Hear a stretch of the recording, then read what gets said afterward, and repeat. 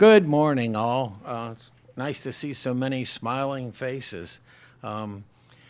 Welcome to the Thursday, October 2nd, open session for the Carroll County Commissioners. And as we always prefer to do, we'll pledge allegiance and a moment of silence.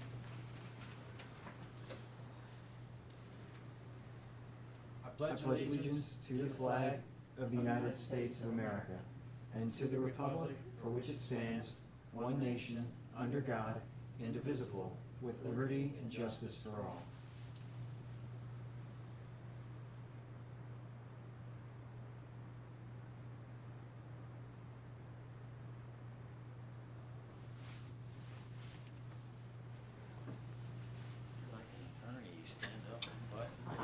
Tried. I'm impressed. Didn't succeed, but I did try. That's me. It's. I told somebody the other day, I have a skinny tux, a fat tux, and Rhonda said, buy a new tux. So that's three. Yeah, I know your feeling. Okay, who did we start with last week? I think you started. I think so. I think so. So it's your turn. I wasn't here last week. That'll be me. I That's wasn't right. here last week. And Yeah, that's true. and I skipped you 1 week. Don't let me skip virtual here. That's okay. Yeah. Oh, that's right. We'll have to remember Commissioner Gordon is virtual Yeah. this morning. Good morning, Carroll County. I will be brief because we actually do have a lot of things going on this morning. Just two quick announcements. We do have the Mount Airy Volunteer Fire Company's open house this Friday night. So if you're in Mount Airy, come out and say hi to your local volunteer fire company. As always, we want you to support them.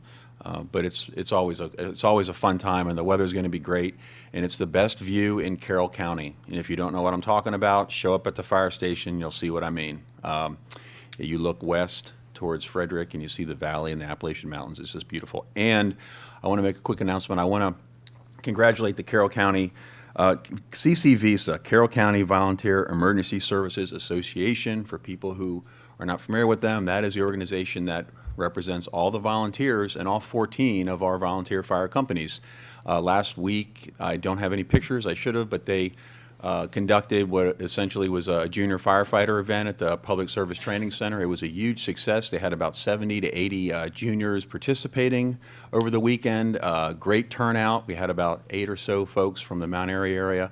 So again, my thanks and appreciation and congratulations to CCVISA for putting on one heck of an event last weekend at the Public Service Training Center. It was fantastic and very well attended. And that is all for me. Thank you. Commissioner Gordon. Thank you. I'm going to be brief this morning. I'm just going to speak on one very significant event. But first off, I want to thank my colleagues. Last week, I know Commissioner Guerin mentioned the return of PFC Beard's remains to Carroll County, which was an exceptional moment for us historically to see his return. And I want to thank my colleagues for making it happen, that we were able to issue a proclamation for the family and in honor of PFC Beard. That's a photo there of myself meeting with the niece and nephew who were the family members. I had the honor of meeting them last Friday at Fletcher's funeral home after his remains were brought from BWI up to Fletcher's, in which he received a dignified transfer ceremony that took place at BWI, followed by a hero's procession to Westminster, which involved various law enforcement, fire and EMS, including local, as well as a big thank you to the Department of Defense, POW, MIA Accounting Agency, which were able to assist in his remains being identified in June. And, Carroll County has now welcomed and had the sacred opportunity to welcome him home. I know Commissioner Kyler is going to talk about part of the burial event at Snydersburg, but I just want to end by saying, I think we're just incredibly honored to have him back, and that, may we never forget PFC Beard's courage, sacrifice, and the ultimate price he paid for our freedom, and that his return home reminds us that even after generations pass, Carroll County will always honor her sons and daughters who serve. And that's all for me. Thank you. Thank you. Very, very good words, Commissioner Gordon. Thank you for that. So just a couple of quick things myself today. First of all, I had the pleasure of attending Tawnytown Harvest Fest over the weekend. I'm able to see old friends and make new ones, catch up with the mayor and members of the council. But what's also awesome is I ran into wonderful members of our county water resource team and the health department. And I'm always grateful to see a county presence at any event. And I'm so very grateful to everyone at the county who represents us at each of these places. They really do so very well.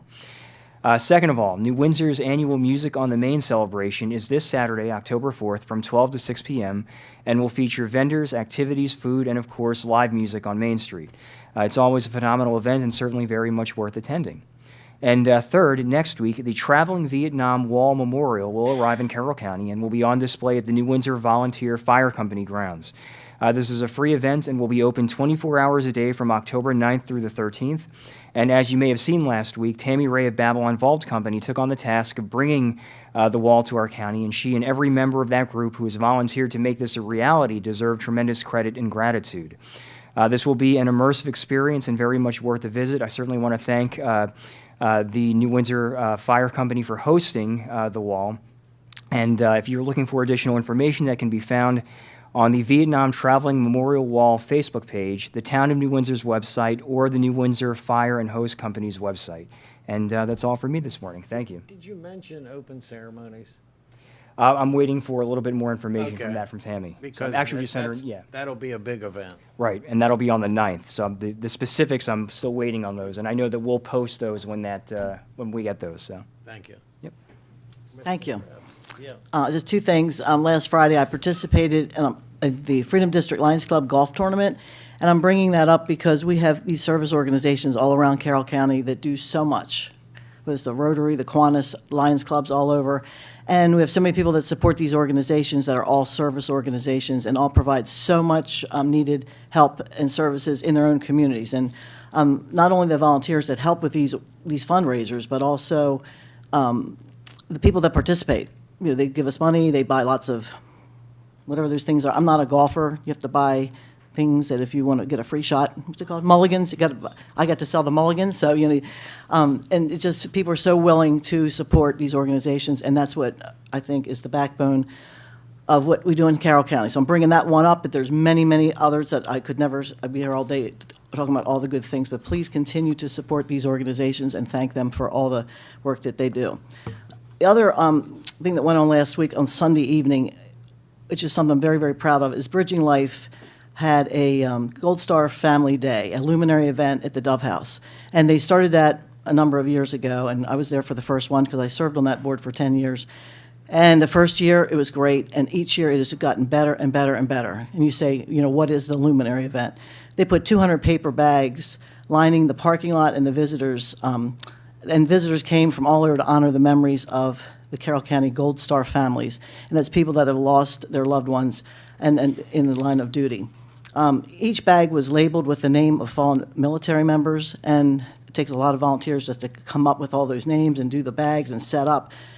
And I think the first event, it was at Carroll Hospice. It's now Bridging Life. It was Carroll Hospice. Now we do all the other Life Bridge facilities. That's why we changed the name. But it took place in 2019 and has developed into a Carroll tradition, and it's grown and grown and grown.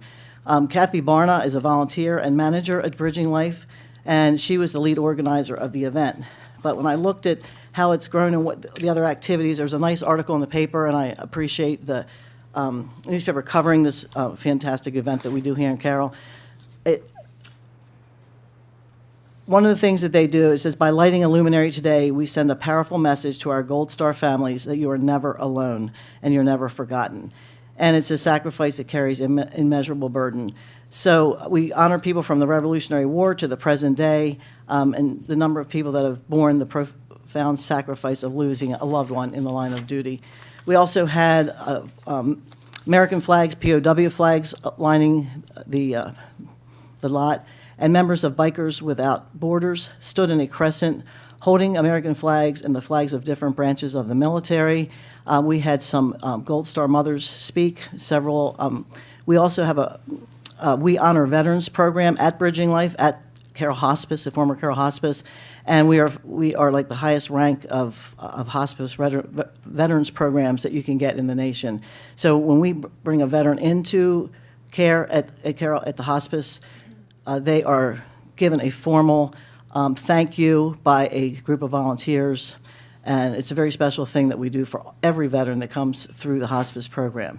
So we had several Gold Star mothers that spoke, and Mission Barbecue served food, and there was a special remembrance. One of the Mission Barbecue organizers lost their son recently, which was a true tragedy. So I think they honored those folks as well. So, and I think one of the Bikers Without Borders Foundation was a member of the Reese Volunteer Fire Company, so we have many of our own service members here involved in these as well. So just remember that for next year. It's really an inspiring event that we have, and it gets better and better, and it's a great time to just sit and reflect upon those that have fallen in our county. Thank you. And I'll start with veterans since Commissioner Krebs ended there and two other commissioners have mentioned it. I did get to go to the cemetery for Richard Dick Beard, and it was awesome. That's his nephew and niece again sitting there. And it was awesome when they were handed the flag that covered the coffin during the service. It's very emotional. And when you think, he left here over 80 years ago, and within a year was a casualty. And then it took all those years to identify his remains. It's just awesome what they do. And so he is now, his remains now are buried at St. Mark's Church in Snydersburg, and which is a nice small cemetery. And it's interesting. I don't have Commissioner Rothstein here to say I'm old, but I know a lot of the names on headstones in there, and I'm so glad I got to go there. Commissioner Gordon did Friday and had a conflict for this, and I was able to stick it between meetings and go there and see the services, and what an awesome group of people. And then go some years forward, Sergeant First Class Jimmy Zumbrum was killed in Vietnam, I think, and Jeff will correct me, but I think it was his third voluntary tour there. And on Saturday, this Saturday, October 4th at 10 a.m., we're going to uncover the signs and dedicate Route 27 to him. Jeff Zumbrum will be there probably 8:30, 9 o'clock, and set up a canopy and have half a coffee there for whoever wants it. Brandon Holland and Chief Hess in Manchester have volunteered to maintain traffic for us while it's going on, and should be a good event, and everyone is welcome. Heather DeWeese, a lot of people were there at Flood Zone last night supporting her, and of note, I think she gave every commissioner a tour of that building and told us about safety and what she needed, and she thanked us last night for putting that in the budget, and she's been very active in that position. Carroll County Arts Center, we had the art show there, and I'll jump to that. The picture's up. The Bistro and Bakery in Hampstead had their opening on Friday. I don't know, last weekend. And it's interesting, and our audiovisual people love that cup of coffee in the picture. But it's interesting, they have 4 locations, but their whole talk was, we want to be part of Hampstead. You know, this isn't our 4th location, this is Hampstead, and we want to be part of Hampstead. It was a great group there, and enjoyable time, and they're a bistro and a bakery, so see them for a sandwich, see them for baked goods or some great coffee. And Carroll Arts Center had their art show, and a lot of local artists there. I think it was their members' art show, and for the first time we had a commissioner's award, and some of the commissioners went there and voted. Yep. I don't know if your person won or not, but I think two of the people I nominated did, actually, Okay. yeah. Okay, but it was a great show, great people.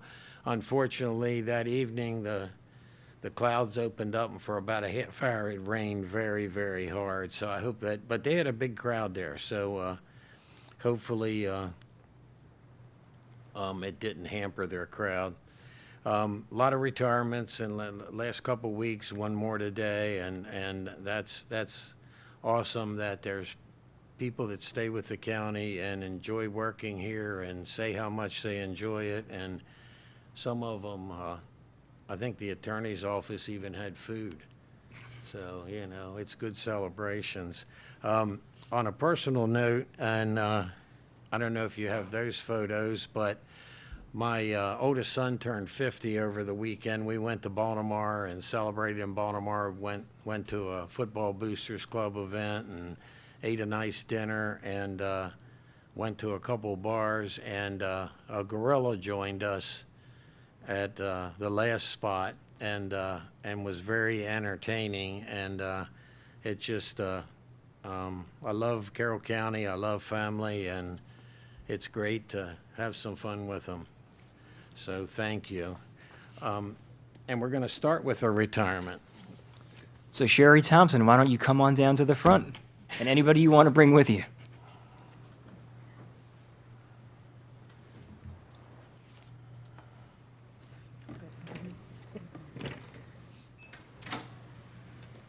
So I'll go ahead and read the certificate of recognition for Sherry, and then I'll turn it over to the three of you. So we have a certificate of recognition for Sherry Thompson in recognition of your 11 years of public service to Carroll County government since May 2014. Your career here began in human resources, personnel services for 4 years, transferring to your current position as administrative technician in development review, Department of Planning and Land Management. Through many changes, from technology to supervisors, you have taken up the challenges and persevered, supporting the team and the visions and the goals of the department. Your customer service skills shine brightly when interacting with people. May your retirement be a continuation of delivering smiles and making Carroll County a better place. We wish you a long, healthy, and happy retirement. Signed, all 5 Carroll County Commissioners. Thank you. Yes. Yes, good morning. Yes, I just wanted to express sincere appreciation to Sherry for the 7 years that she's been really an integral part of development review.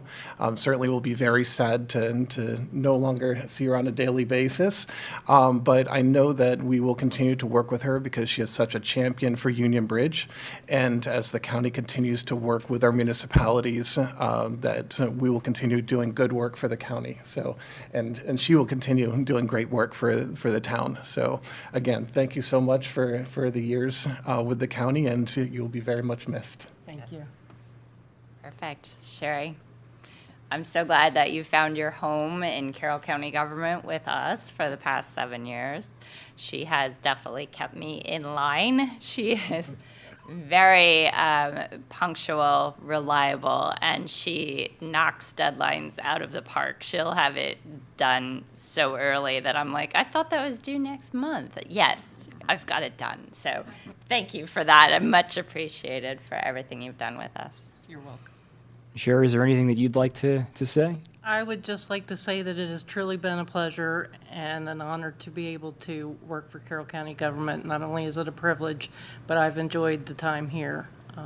Prior to working here, I worked 23 years for the Carroll County Times, hence that's where my deadline is driven. When you work, when you do sales for a newspaper, you are always on a deadline. So I thank you all. And I've made a lot of really near and dear friends while here, and I really am going to miss a lot of people. And Sherry, can you tell us about your philanthropic efforts in your community? That's right, Dream Big Union Bridge. I'm the co-founder of Dream Big Union Bridge, which has been in existence for 7 years.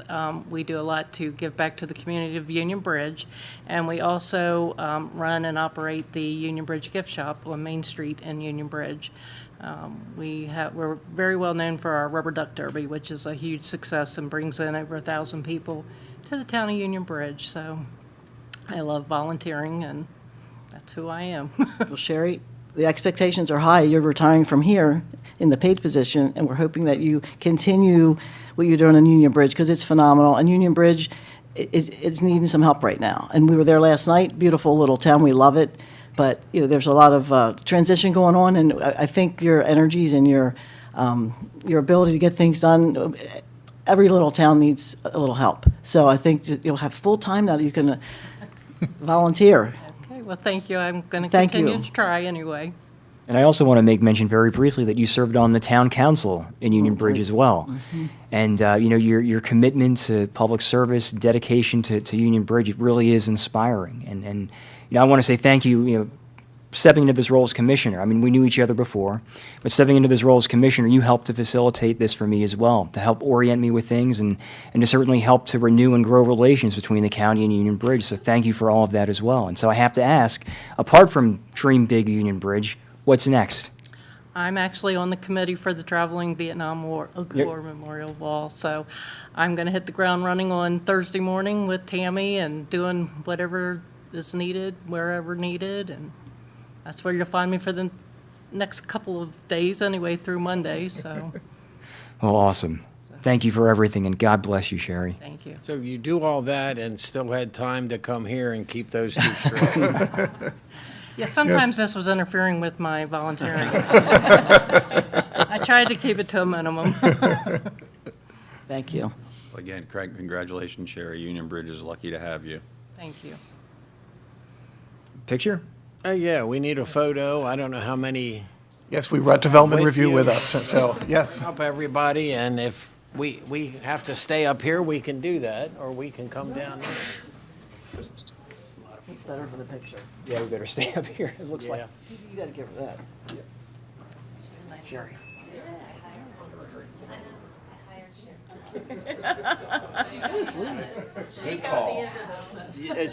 I was invited, I didn't just come. That's right. You're not just crashing the party.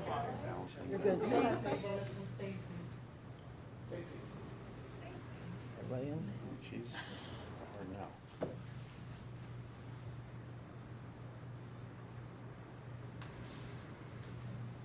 Commissioner Gordon could turn his camera on. What was that, Chris? Yeah. Oh. Yeah, Commissioner Gordon. Mr. Gordon's back. Wait, you should take a picture of the, of the, so Commissioner Gordon's on.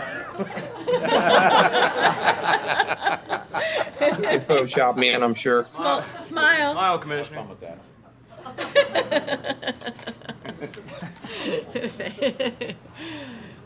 Thank Food you. everybody. Awesome.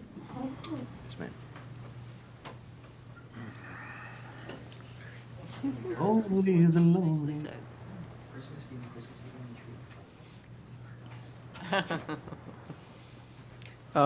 Now we have Residents' Rights Month proclamation. Let's read this. I'll read this, and then someone can come up and accept it. I have a proclamation here for Long-Term Care Residents Month, Residents' Rights Month, October 2025. Whereas the theme of Residents' Rights Month 2025 is Stand With Me, we wish to honor our fellow citizens who live in long-term care communities and celebrate their dignity, their right to be vocal about their preferences, and their right to live full, enriching lives. And whereas federal and state regulations guarantee residents their individual rights designed to promote and maintain dignity and autonomy. And whereas long-term care ombudsmen work to educate residents about their rights and empower them with the self-advocacy tools that enable them to live with dignity and self-determination. And whereas Residents' Rights Month is an opportunity to recognize residents, facility staff, family members, and other citizen advocates who work daily to promote and support residents' rights. Now, therefore, we, the Board of County Commissioners of Carroll County, do hereby proclaim October 2025 as Long-Term Care Residents' Rights Month. In Carroll County, we urge every Carroll County resident to take time this month to acknowledge long-term care residents and the people who care for them for their valuable contribution to our community, adopted this second day of October 2025 by the Carroll County Commissioners. Thank you for that recognition and for celebrating this month and recognizing that for all of the long-term care ombudsman folks in Carroll County. I just wanted to, I'm Celine Steckel, Director of Citizen Services. This is Gina Valentine. She is our Division Manager with Aging and Disabilities. We have Gail Gannon, our Manager of our Long-Term Care Ombudsman Program, and then Mackenzie Streeter is our Ombudsman Coordinator as well. And they work very tirelessly throughout the county in all of our long-term care and assisted living facilities to ensure they're advocating for resident rights. And I'm going to turn it over to Gina to share a little bit more about what that means, and then turn it over to the ladies. Yeah, and I'll be brief, but so the residents' rights are so important to make sure residents living in nursing homes and assisted living facilities are protected. I often refer to the residents' rights as the backbone of just that, and making sure that their rights are upheld. And Gail and Mackenzie work extremely hard. They visit all of the nursing homes and assisted living facilities in Carroll County. There's 10 nursing homes, sorry, I'm stealing your thunder, and 28 assisted living facilities. And they visit all of them on a regular basis to ensure that residents know what their rights are, that their family members know what the rights are, and also educating the staff members to make sure that they are respecting and upholding the residents' rights. So I'm going to turn it over to Gail and Mackenzie now. Thank you, Commissioners, for recognizing October as Residents' Rights Month. I'd like to expand a little bit upon this year's theme, which is Stand With Me. For me, the key word here is with. The theme is not stand up for me, and I think the important distinction here with the word with is because it represents a call to the broader community to recognize each resident's personhood and the power each resident has to direct their own life and the services that are provided to them. When a resident approaches a long-term care ombudsman with a concern, sometimes they will ask us to advocate for them by talking to facility management or staff to help solve a problem on their behalf. But Mackenzie and I often encourage residents to speak up for themselves, and we offer to advocate with them or by empowering them by teaching them tools of self-advocacy so that they feel confident enough to try and solve problems on their own. So the first step in preparing long-term care residents for self-advocacy is education. And Mackenzie's going to talk a little bit about how we educate residents, staff, and family members about resident rights. So I will say, as ombudsman, we love to educate people about our program and what we do as ombudsman in addition to resident rights. Oftentimes when we go to facilities, I'll hear residents say, now that I'm here, I need to follow their rules, and I no longer have these choices. And we need to remind them that they do. And several ways that we do that, one being on our routine visits, we have a list of resident rights, a sheet of paper. We also, resident council meetings that we go to on a regular basis. And during those resident council meetings, we'll either have a resident talk about one resident right, to highlight that, or we will go up and we will list certain resident rights, and we'll definitely be doing that this month as Resident Rights Month. Other things that we have large posters, actually bigger than this size, that we give the facility so that they can put up for families to see right by the elevators, or residents to see in the hallways. We also have fun things like resident rights playing cards. We know that, activities always have people playing cards, or they do it in their room. So we have these that we give out, and each card has a different right on it. We also have journals that we're giving out, which just have, highlight certain rights. And these are really important because residents may come to us and say, I have a concern about a caregiver that treated me this way at some time, and we'll ask, do you know their name? And they'll say, I can't remember. Or what shift was it? I can't remember. So we say, we want you to have this to write things down. But you could also write down other things, doctor's appointments, whatever it might be. But we find that they have residents have actually really enjoyed these. Or bookmarks, something as small as this that people can have that also highlight resident rights. And then another thing that we give out, which I notice this a lot, I'll be in a resident room with their door closed talking to them privately, and a caregiver, nurse, or whoever it might be will just walk in. And, or they'll knock and then come in. You know, they won't wait to hear the residents say, come in. And I'll say, you know, do they do that often? And I'll say, sometimes. I'm like, would you like one of these? Because then, you know, just reminds people that they have the right to privacy in their rooms. And then also on the back, of course, reminders of resident rights. But those are a few things that we like to give out. And again, just reminding, you know, people will mention retaliation or other things, and we'll say, oh, hey, well, I have this for you, you know, just to remind you, let you know that you have the right, or these are your rights. So that's ways that we educate. Well, thank you all very much for coming in. Thank you for what you do. God bless you for it. And so if I am a resident and I have a concern, who is the best person to approach or to reach out to? We also give out cards when we go out and visit, and our numbers are usually posted right by the entrance of the door, so they can reach out to us that way. And then we have to build a certain rapport with the staff there to resolve any issues. So they are well aware of us as well. So I'll have sometimes a staff member, you know, say, so-and-so wants to speak to you. And again, we get calls from family members and residents if we've given out their information. But I would say that they could call us, or, you know, while we're out on a visit, get our attention. Or Communities, we write our contact information at the bottom so that everybody has that visible. Yeah, and we're a good resource for voicing a concern, because we can help residents make their concern known anonymously. As Mackenzie mentioned, sometimes retaliation is a concern, so they want something.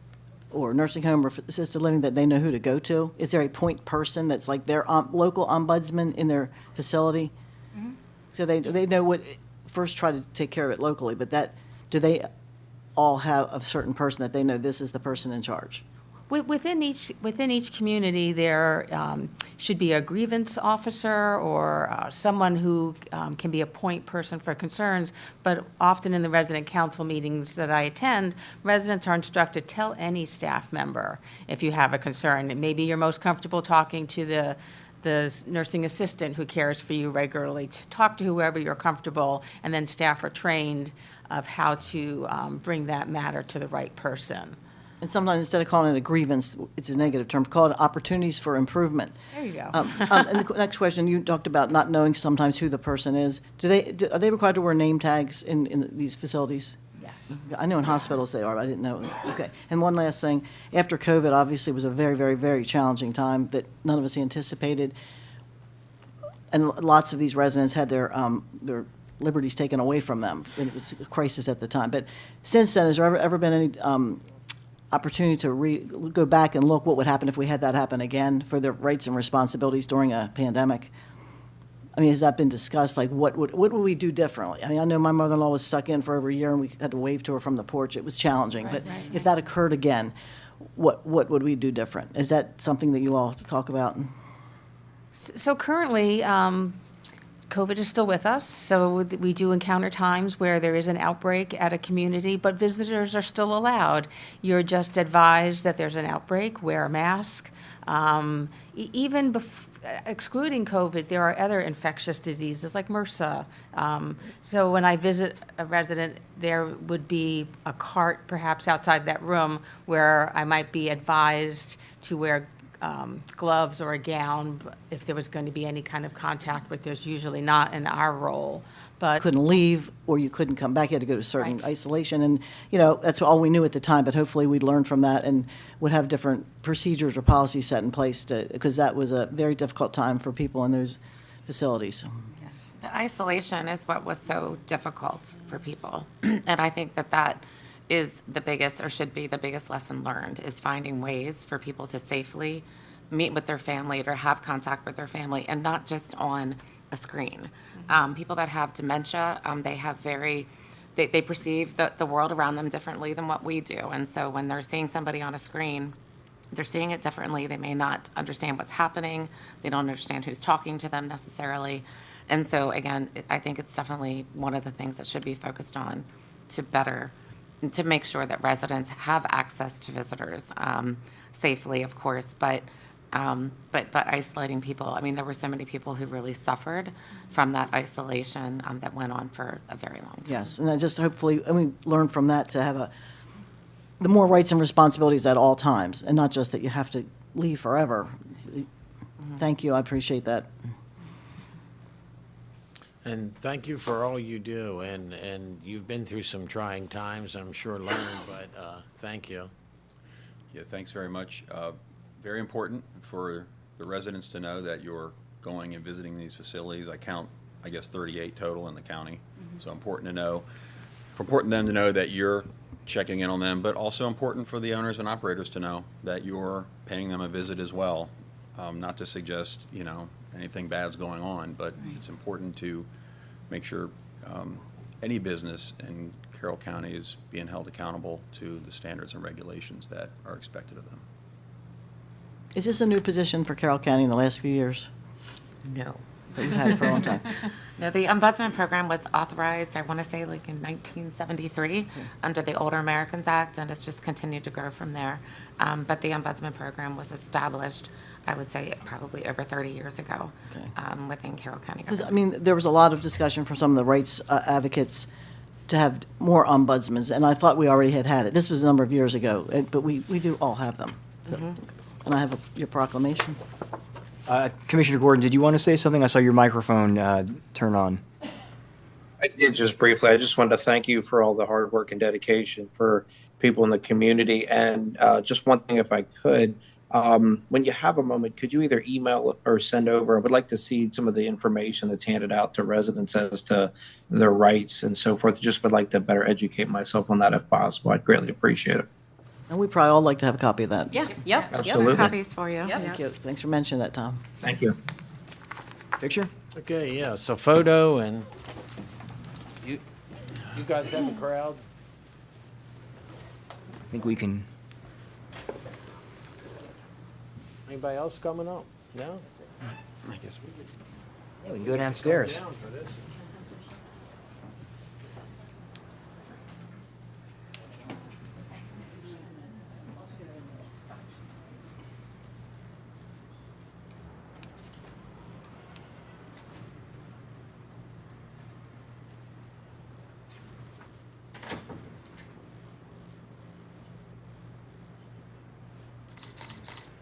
Thank you.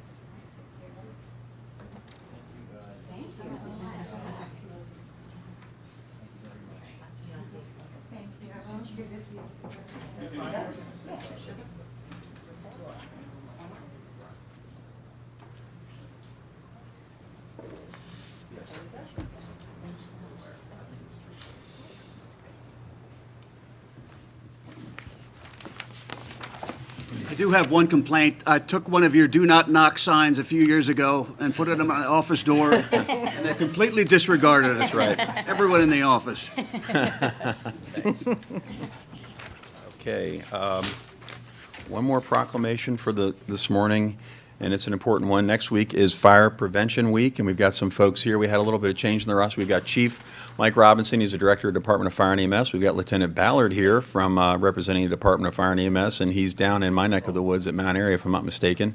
Susan Mott is the Vice President of CC Visa, and she's here with us. And Rick Baker, who is Chair of the Emergency Services Advisory Council. Welcome to you all. I guess I'll start out by reading the proclamation. How's that sound? So, just to set the tone here. So next week is Fire Prevention Week.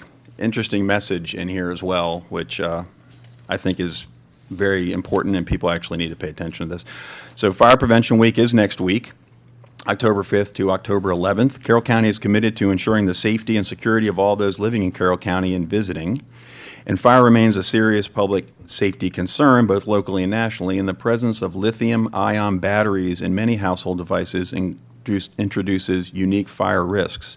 And most of the electronics used in homes daily, including smartphones, tablets, laptops, etc., are powered by lithium-ion batteries, which, if misused, damaged, or improperly charged, can overheat, start a fire, or actually explode. The National Fire Prevention Association reports an increase in battery-related fires, underscoring the need for public education on the safe use of lithium-ion batteries. And residents should follow 3 calls to action: buy only listed products, charge batteries safely, and recycle them responsibly. Lithium-ion batteries store a large amount of energy in a very small space, and improper use, such as overcharging, use of off-brand chargers without safety certification, or exposing batteries to damage, can result in a fire or explosion. The proper disposal and recycling of lithium-ion batteries helps prevent environmental hazards and reduces fire risks in the home and community. And Carroll County's first responders are dedicated to reducing the occurrence of fires through prevention, safety education, and community outreach. And so 2025 Prevention Week, Fire Prevention Week theme is Charge into Fire Safety, lithium-ion batteries in your home. It serves to remind us of the importance of using, charging, and recycling lithium-ion batteries safely to reduce the risk of fires in homes and communities. Therefore, we, the Board of Carroll County Commissioners, do hereby proclaim October 5th to October 11th, 2025 as Fire Prevention Week. And thank you all for being here. Chief Robinson. Thank you. And we appreciate the commissioners recognizing this week, and I'd like to say that fire prevention is actually a year-round program. Fire Prevention Week actually dates back to the anniversary of the Great Chicago Fire of 1871, and in 1922, the first Fire Prevention Week occurred, and it's actually the longest-running health and safety week in the United States. Lithium-ion batteries, everyone is familiar with them. Right now, anybody that's wearing a cell phone has a lithium-ion battery. Consumer electronics are a big part of lithium-ion batteries, electric cars, and the future of lithium-ion batteries is going to be increasing even more. One of the big challenges with lithium-ion batteries in particular is the fact that a lot of imported batteries are coming into this country. In New York City, it's almost reached the level of being a pandemic, and every day they're having working fires because all your scooters that a lot of the people within the urban areas use are using lithium batteries, and they're coming from foreign nations, particularly Pacific Rim countries, and when they're getting into the United States, they're being sold at consumer outlets, but they don't have the approval. So Underwriters Laboratory, UL, Canadian Standards Association, Factory Mutual, there's about 3 or 4 third-party validation organizations. So if you're buying consumer electronics, you're buying a new phone battery, particularly places like these roadside stands, kiosks, and malls, they have an affinity for buying these cheaper products. So it's very important that you buy something that's evaluated by a third-party lab. The other thing is we all tend to put our devices in chargers on a regular basis. When you see those green lights, take them out. You don't want to leave them in a charger too long. You don't want to overcharge, because what will happen is these batteries that are sealed units will start to heat up, and they can go through a process known as thermal runaway. And when that happens, they get superheated and they start to release gases, and they can actually explode. So they are very significant fire hazards. The third element that you want to look at is disposing of batteries properly. You never want to put them in your regular trash collection. You want to put them in a plastic bag, and you can either go to different consumer electronic outlets that will collect these batteries, a lot of your office supply stores, Best Buy, places like that.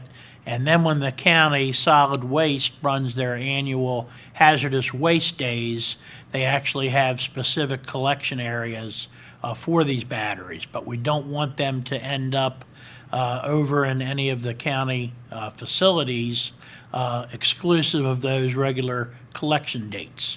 Because what will happen, they'll get into large quantities of trash, they'll become superheated, and they'll cause large fires. The other issue is a lot of these fires, we can't actually put them out.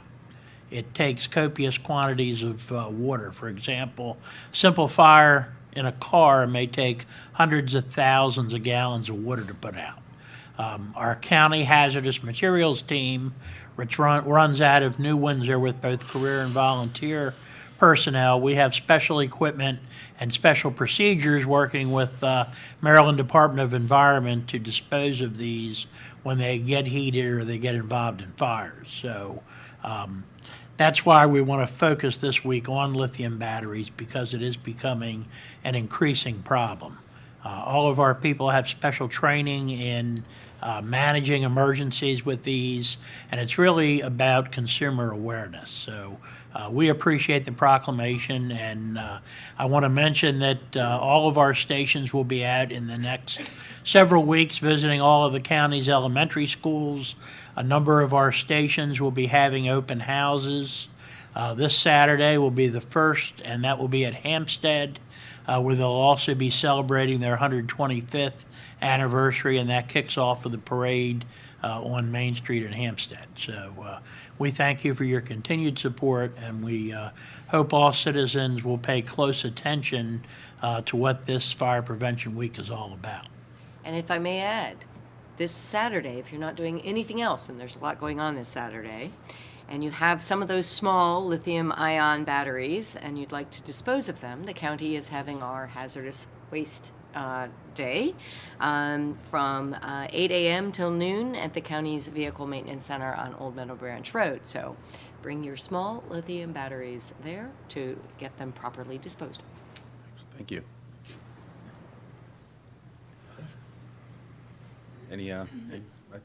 Chief, you covered it really well.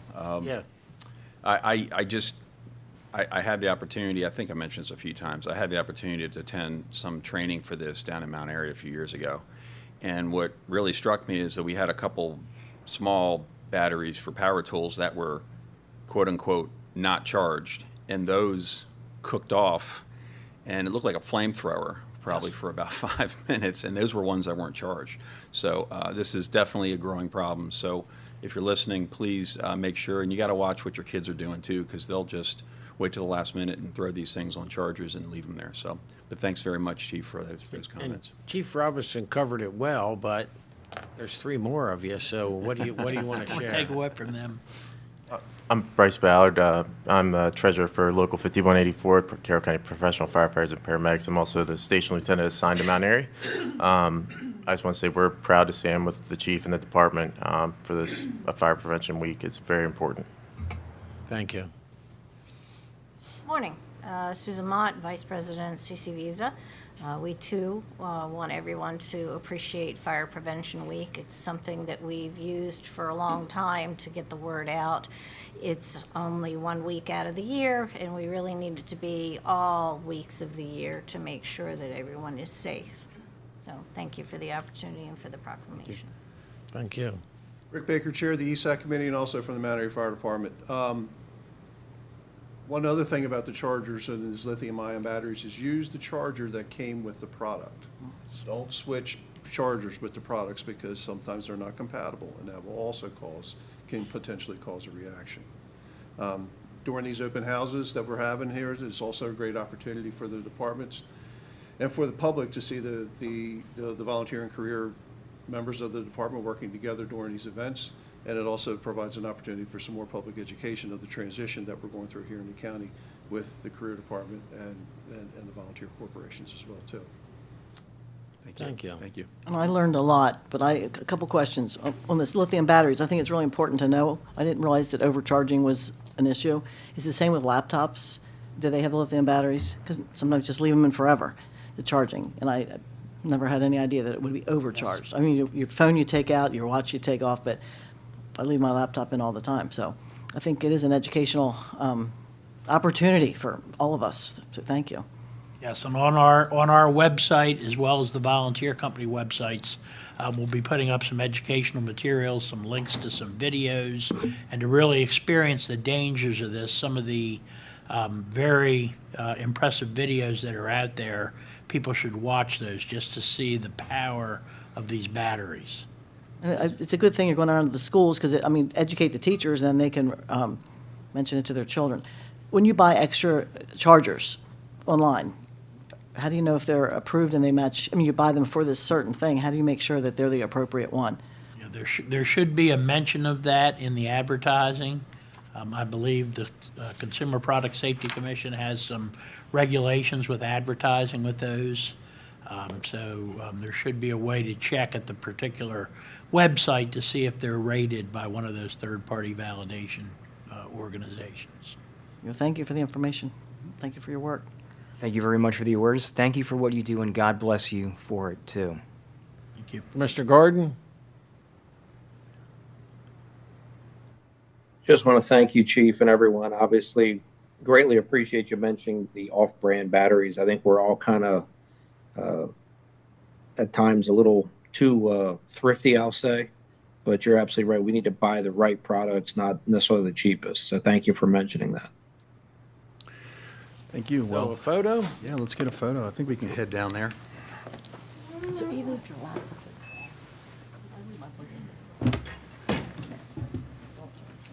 Good question to ask.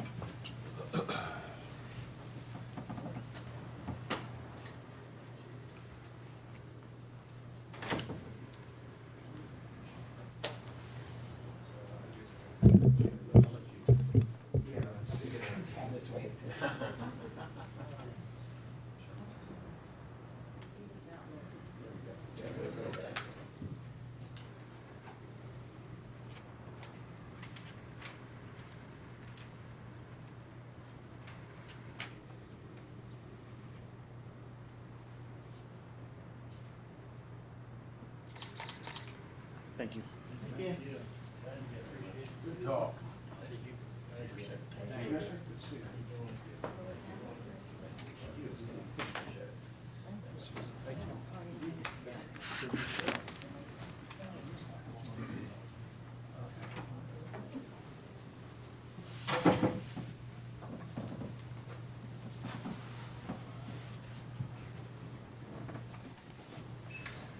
So, last but not least, a proclamation for Cyber Security Awareness Month.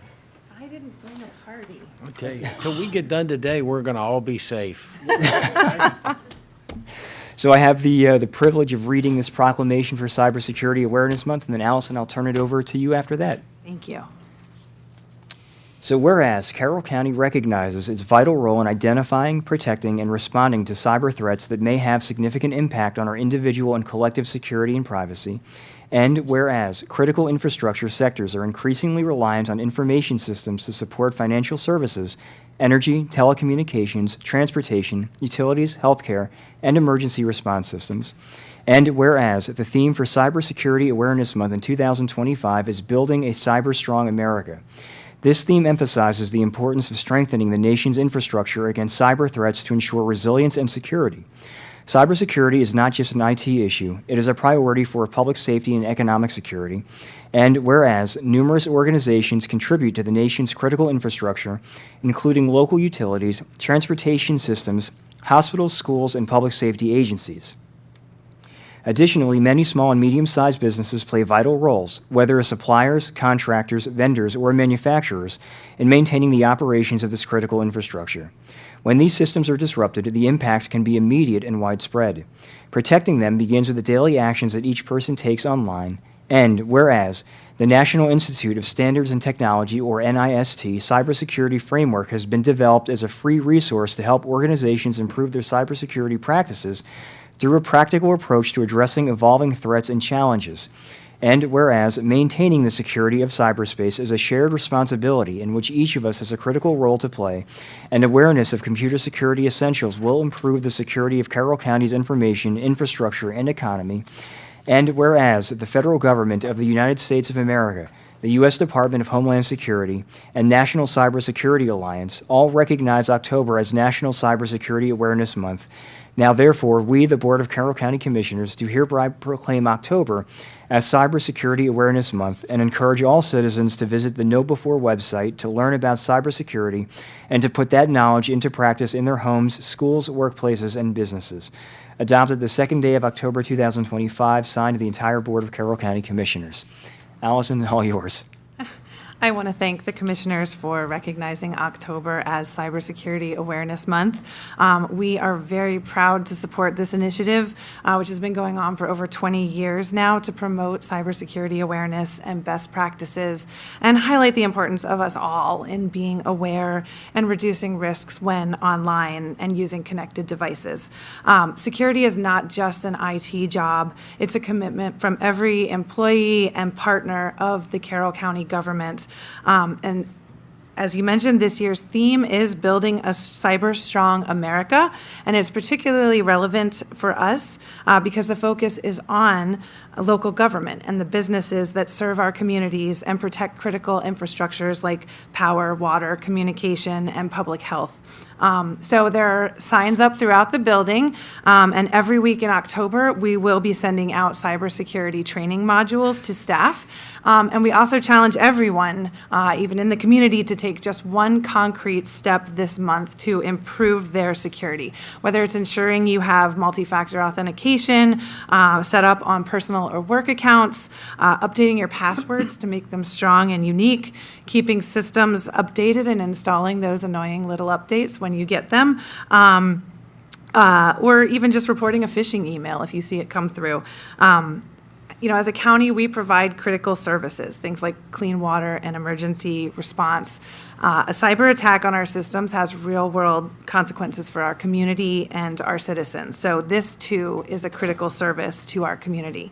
And I, again, want to thank the commissioners for their actions and support in championing cybersecurity and making it a core county value and not just an IT policy. So thank you.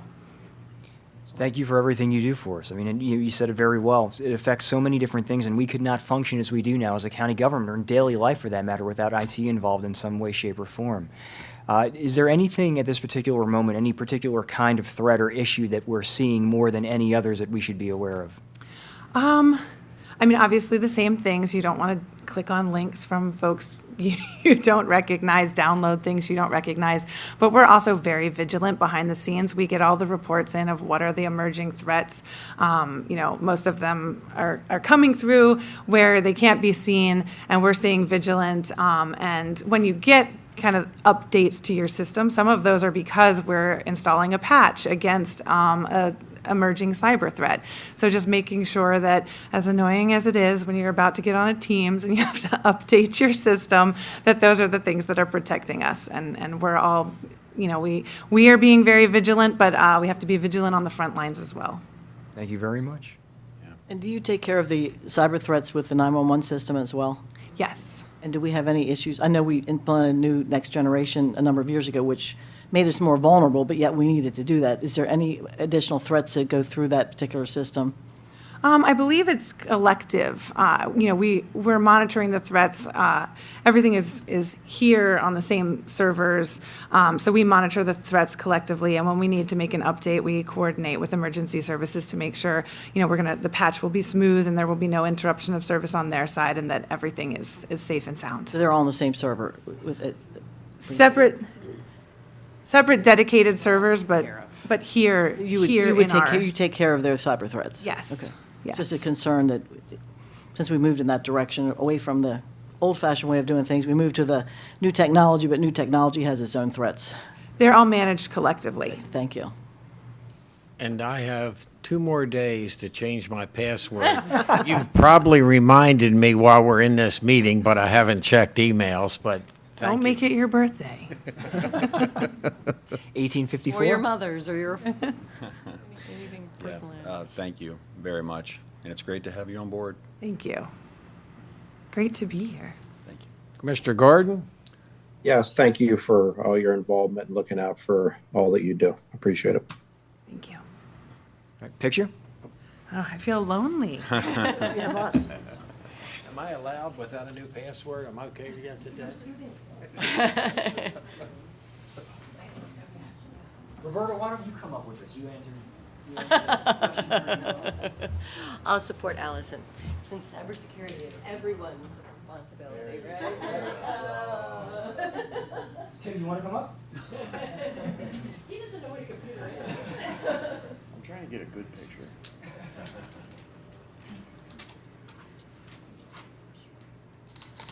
Thank you.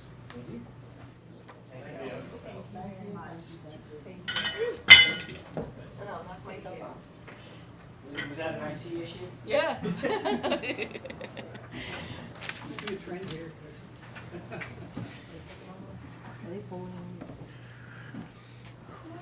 Our next item is a request to hold a public hearing on the proposed uses of cannabis reinvestment and repair fund. We do have a caller online, and I'll remind everybody here, if you're interested in making a comment on an agenda item or at the end of the meeting, please fill out a card in the back and give it to Roberta. And would you guys, do you want to go ahead and hear a public comment and maybe address it as you go through, or you want to present first? Whatever you prefer. So she's been holding on the phone, I think. So, Chris, can we go ahead and do the public comment? Sure. Let's find out if this is for that item. Caller, we have a public comment. Are you here for this item? Use *6, please, to unmute.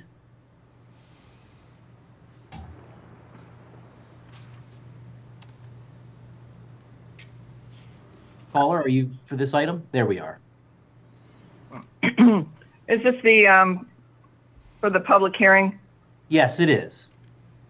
Okay.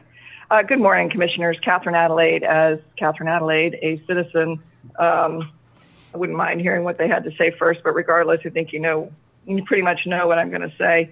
I'm all for public hearings, except when neither the Board of Commissioners nor the public has the right to approve of a pot slush fund, AKA the Maryland Cannabis Administration's Community Reinvestment and Repair Fund. That's a pot slush fund.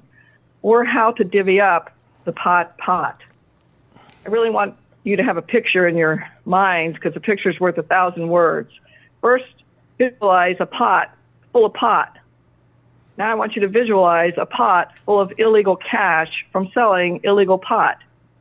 That's a slush fund. When money is moved, when illegal money, cash from one source is moved to another, that's called money laundering. And Carroll County should not receive any of this money. I have testified to this before, and I know that this went through. So it puts us all, at least myself and many others, in a strange moral dilemma. As you know, it's all illegal under federal law. Under the Controlled Substance Act of 1971, it has not been moved to a different schedule, even if it was. It has to be completely removed from a Controlled Substance Act so the FDA can regulate it, because that's how we regulate drugs in our country. The FDA regulates drugs, not the public, not drug users. Okay, Article 6 is the supremacy clause, which says that if there's a conflict between state law, which we have in Maryland, and a federal law, that the federal law is supreme. And then we have Gonzalez v. Rake, a Supreme Court case from 2005 that has not been overruled, that specifically says on the issue of pot that the federal law will apply. So anyway, I'm asking you to abstain from voting and put the reason on the record. You cannot ethically vote for a public hearing on how to distribute illegal funds from an illegal drug. Thank you very much. Thank you. Chris, that was the only caller? Yes, sir. That's all I have for now. Thank you. Hi, good morning. Corey Hardinger with the Grants Office, and with me is Celine Steckel. So we are here to talk about the Community Reinvestment and Repair Fund. Just a brief agenda. We're going to review the background of the CRRF, as we call it, and then ask you to approve a public hearing. So the CRRF was established as part of the Cannabis Reform Act of 2023. And on April 18, 2024, the Board of Commissioners approved accepting the CRRF funds, which is a requirement set by the Cannabis Reform Act. The Act allocates a portion of tax revenue from the sale to this fund to assist low-income communities or areas that have been disproportionately impacted by prior cannabis law. Currently, Carroll County's CRRF balance is approximately $1.9 million, and our focus today is the beginning stages of prioritizing the use of these funds here in Carroll County. So these funds may only be used for community-based initiatives that benefit low-income communities and community-based initiatives that serve disproportionately impacted areas in Carroll County, that is in zip code 21157. This is the only area in Carroll County that was identified as being disproportionately impacted. There is a limited administrative expense allowed for county government, and then there are two things that the funding may not be used for. The first one is law enforcement agencies or activities, and the second is to supplant funding for existing local government programs. And last year, two bills, House Bill 1364 and Senate Bill 0894, spelled out some of the areas that we can, some of the purpose areas that we have to use these funds. So listed in no specific order are the purpose areas: behavioral health, education, truancy, homelessness, transportation, workforce development, community child care, and programs that benefit those impacted by incarceration, or focusing our efforts on 21157. To date, I'll give you a rundown of what we've done so far. Again, the public hearing in 2024 to accept the CRRF funding. The Grants Office was tasked with leading the RFP process, monitoring grantees, and tracking revenue. And we've also been gathering input on the CRRF purpose areas. So we have hosted a stakeholder work group. We had our first meeting in September. We have another meeting next week. And participants, as you can see, we really tried to get participants who reflected the purpose areas, so who were doing work in these purpose areas, to hear from them. We specifically collaborated with the local management board. As you've heard from them, they've been doing work in and around the Enough Act, which really also focuses on low-income communities. We had the health department come and speak to us about their work. Their cannabis funding comes with a very different purpose. They're really focusing on education, prevention, and harm reduction. So we wanted to make sure that we understood what they were doing with their funds. We surveyed local nonprofits and service providers, and we have been attending any statewide stakeholder meetings hosted by the Maryland Cannabis Commission, and we have been looking at what other counties across the state are doing. As of right now, looking at the purpose areas again, this is kind of the initial prioritization locally. So our community has told us right now that number one is housing and homelessness prevention. Behavioral health crisis is a strong second. And then I would say that 3, 4, and 5 are pretty close in terms of ranking. So education and after-school programs, job training and workforce development, and transportation kind of rank together. And then the other 4 sort of fall, to the bottom, with programs that benefit individuals impacted by incarceration really hasn't really gotten a lot of support from the work that we've done. And some of these, part of the work that we've also done with the stakeholder group is to identify what we have in the community around these purpose areas already, so that we're not duplicating services with these funds, or that we also are not missing gaps. So do we have a gap in one of these purpose areas that we could fill with these funds? And now on to the financial side. So this is the current status of the fund. We began receiving funding in the first quarter of fiscal year 24. So we received quarterly distributions, and you can see, part of the reason that it's been a year and a half since we've been here is we really wanted to look at the money over time and kind of see what we, to give some time to understand what the fund was going to look like, if it was going to increase or decrease. And you can see the trend line on the chart shows kind of a slow but steady decline in quarterly distributions. So we went from 84,000 down to 62,000 at the end of June. And the fund is made up of 2 sources. There are one-time fees called conversion fees. So when a medical dispensary asks to convert its license to adult use recreational sales, they pay a fee. So in 24 and 25, we received those fees in addition to the quarterly revenue. And you can see, there was a pretty significant drop in that quarterly revenue. The other thing to note is that we don't anticipate receiving additional conversion fees. So these are one-time funds, and they really make up the bulk of the fund. And we really don't anticipate receiving additional conversion fees. And when we talk about distributing the money to the community, we've looked at how we can best do that. We want to make sure that services are being provided directly to low-income residents in Carroll County, and that agencies are nonprofits or that they have a fiscal sponsor, such as the Community Foundation. They are a local government agency, but if they do apply for the funding, they wouldn't be supplanting existing government funding. If they're a nonprofit, they're in good standing, and they have financial statements that can be audited, or they've submitted their IRS 990. and that they're able and willing to comply with all terms and conditions of our grant agreements, and that includes collecting data and providing performance and outcome measures. So our ultimate goal is to release a request for proposals, and we've talked about having 2 tiers. So tier 1 would be approximately 30 to 36 months of funding to allow an organization to sort of build capacity, get up and running, and begin to effectuate change. That's very difficult to do in a year. And we looked at capping these awards at approximately $100,000 per year per vendor, and making anywhere from 3 to 4 awards, depending on the quality and the number of proposals that we receive.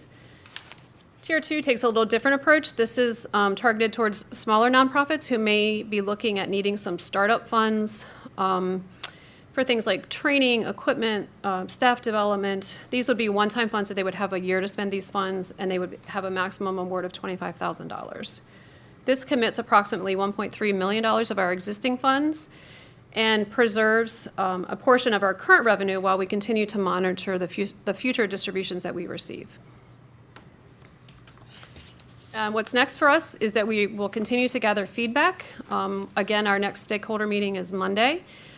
If approved, we would hold a public hearing on Thursday, October 16th, and then we would look to push an RFP out to the community towards the end of October, with the intent to make awards on before January 1st, 2026. This is a pretty aggressive timeline, so we may look to something closer to March, just with, again, depending on how many proposals we receive and the time that it takes to evaluate all the proposals, score them, rank them, and go through following our procurement process. So that is it for me. Any questions that I can answer for you? I know that's a lot of information. The proposed public hearing would be during this open Yes. session. Mhm. And that is a requirement that we hold during an open, yes. And we would do our best to make sure that the community is aware of the hearing so that people have an opportunity to come in and voice their concerns or submit written comment as well. And are there advertisement requirements for this? We'd have to look at the documents. There are, to my knowledge, there are no specific requirements, so we would do, follow the county's policy for trying to publish that hearing and getting it out so that people are aware of it. Do we have a policy on that? I think, it depends on the fund, like some grants have a very specific. No, I'm like just asking if we CDBG. ourselves. Yeah, You want me to run an ad, I'll run an ad. Right, we. No, I'm not talking, no ads, people don't read ads. I'm just saying, I don't know that we have a policy on it, but I think we should try to get the information out. I just want to go back at the Yes. beginning. This whole issue is a little mind-boggling to me, and I've been involved with it for the last, 15 years, from way back. So on one hand, it is federally illegal, as the previous caller mentioned. Back when this was being discussed for medical marijuana usage, which we've had for a long time, we had a letter from the president President of the United States, who at the time was President Obama, and said, states can't pass this because it's federal illegal and all these people are impacted, including federal employees, the military, and on and on and on. Okay, so no way, we're not doing this.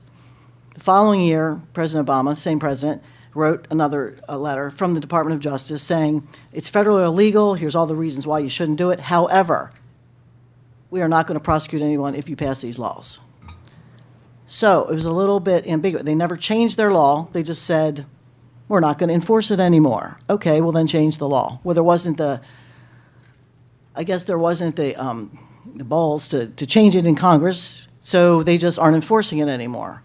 When you talk about following the law, well, we literally had a letter from the President of the United States saying, we got this law in the books, don't worry about it anymore, but still the military and federal employees could be impacted by it. So all these states, 30-some states, maybe more than that now, did medical marijuana, and now they're moving to just adult use marijuana very, very quickly. So it is mind-boggling to me that that's the situation that we're in. Whether you're for it or against it, you got to have the law align with it, and you're right that federal law does usurp state law, but they're not doing anything about it. Now, that's now 4 cycles ago, so 16 years ago.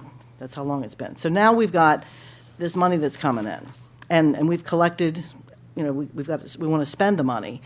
I'm trying to figure out, and I'm not asking you because you don't understand the legislature, I don't either, but on one hand, you're not they're asking. saying, they were putting this together, and I was there, and it didn't make sense, but on one hand, they're saying we want you to look at impacted communities that have been impacted negatively. And I don't know if you know what that means, but in their mind, it means they've been incarcerated Yes. for reasons of using, and back then that was the law. But they don't really talk about prevention. Now, I flip on the other side, we talk about the Cigarette Restitution Fund. We've had that for years and years and years. And the whole purpose of the Cigarette Restitution Fund was to collect money, more taxes from people that were smoking, and then we're going to spend the money to get them to stop smoking. Yes. Okay. But on this, it doesn't seem like, I think we're in a different posture. It doesn't seem like that's what they want us to do. They just want us to spend money on these people that were disproportionately impacted for whatever, and we have one zip code. I would say, for me, if we're going to have this money, if we're going to collect the money, and we're going to spend it, I believe we should be doing it on prevention and discouragement of just, like we do the Cigarette Restitution Fund, versus, it's sort of different. For some reason, cigarettes are bad, and cannabis is good. And people can argue, whether it helps them medically or not, but in general, when you inhale it. And I'm not sure that that difference, it's hard for me to get my arms around that, especially when you're inhaling it. But it sounds like some of the stuff here is about prevention and about at least acknowledging that there's harmful effects of it that you need to acknowledge. Same with any opioid that you may take. And the way I read this, on page 4, it says, may only be used for, and it's got two things, and one is for the zip code. And that really is about the disproportionately impacted areas. I'm not sure what they want you to do, specifically to identify the people that were incarcerated because of it. I think that's what they want in some areas. I don't think that's very effective. But the community-based initiatives that benefit low-income areas, the question is, what are we trying to do with it? Are we just trying to... Are we trying to look at prevention and talk about people not abusing the drugs, or what is the purpose of what we're supposed to do with the money? And I think that's what we need as a board. What do we think we should be doing with this money? Yes. I would say that that's the one reason that we had the health department come and speak, because I think that they are also receiving a portion of this fund. It is under the tobacco commission. It's probably not the right. Alcohol and tobacco. Well, yeah, so their funding comes through, and it has a very, very cannabis. different purpose. They are very much focused on prevention, education, encouraging people not to use cannabis. So this money is not intended to go in the opposite direction.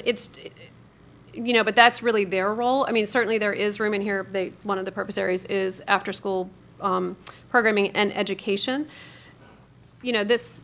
This is local money. That's why we really want to hear from the community as to what we want to do. But I really do think the health department they have a lot of work going on in that area of prevention and education.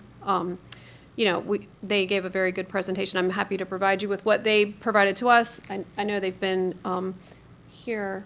And they've been here. And the other piece of the funding, too, is there are a lot of the pieces of these funding and priorities that align a lot with the Enough initiative, and we see that. And because we don't have funding other than capacity building to actually develop and run and operate programs with the Enough Act, because our poverty level doesn't meet that designation, we see some of this aligning and some of the needs that we have in our community with the Enough Act initiatives and some of the recommendations from that we could help to support that with these funds.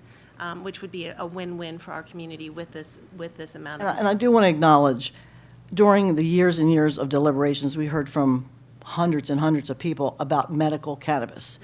That is separate. Medical cannabis is a drug. It's never been allowed to be that way. It's never been approved that way. I wish it had been, because it is a drug that most people don't get addicted to like they do an opioid, but that has never occurred. So I guess they're going to be users, especially for medical reasons, and we've got to focus on, I think, the harms of using this for non-medical reasons, especially, and I guess, what do they call it, recreational use, sort of like alcohol. I was reading the other day where the alcohol use has gone down dramatically by young people, and I think that's a good thing. They're not binging, and that's good. So how do we focus that's what we're trying to target our money toward? Just what are the harms? Instead of, I know you're going to have a hearing on this. I hope we get the information out so we can get some ideas from folks. Absolutely. But it's more about the recreational part of it, and also buying it safely. Now it's going to be, it used to be we had it medically created. We have, what do you call it, producer up in the county that does, it's almost like you're buying a drug in a manufacturing company. It's not controlled anymore. That type of it's not controlled, and that also needs to be pointed out Okay, of what you're buying. sure. So just make sure that with the hearing, I know we don't, one of the things I think our board needs to do is set a communications policy on how we get this information out. You know, I hear it over and over, nobody came, nobody commented, and part is because people have not been advised. And we have different ways we can get that, and putting it in the back of a newspaper and it legal ad is not something that anybody reads. You know, maybe the reporters will say something about it, or we can just send it out to our whole database of people that are interested. But just, you know, we want to, and even if they just want to email, and they don't have to necessarily come, but we want to hear what people have to say about it. Absolutely, yes. We really do want feedback from the community, not just the usual service providers. We really want to hear from residents living here. And if we do grants to the service providers, I would suggest that we ask them, you know, what is the, we give out grants and then we're all done, but what's the purpose and what's their outcomes? What are they looking to do? And then this is like one-time money to give out because it's only going to be 60-some, hopefully it's going to go down, but it's going to be less and less money each year ongoing. Yes, and that's part of the reason why we are not putting all of the money out to bid right now. You know, the state has communicated that this is a long-term source of revenue. It's not a lot of money. It's never going to be a lot of money. So we don't, you know, we want to be able to, at the end of the first 3-year cycle, we hope to have additional funds. You know, we've saved some money so that we can continue services that are beneficial and that are producing outcomes, that are having positive results, knowing that we probably will continue to see less money. I mean, I don't think it's ever going to get to zero, but it definitely has declined. I mean, I think we all anticipated that when it first became legal, a lot of people may decide they wanted to go try it out. And, you know, so revenue has decreased, and it will probably level off at some point. So, you know, we certainly don't want to overcommit. And we will ask the providers to collect performance outcomes. The state has not yet set any specific benchmarks for any of the programs, so we are waiting for that. I would set our own. I mean, Yes, it's and we like- do. We have, you know, we have providers that use lots of frameworks for collecting data and outcomes. Results-based accountability is one of them. So we intend to really monitor change over time with these programs and not just hand the money and say spend it. We'll be collecting demographic data and also outcome data. And one of the reasons we're getting the money is because when the bill was passed, they wanted, the counties didn't want to be responsible, like, for having these facilities, and it was very controversial. Yep. So they promised a piece that would come back, and there's areas that get a lot of money from this Yes. because they have a lot more usage. And is Absolutely. that what it's based on, the revenues that we bring in?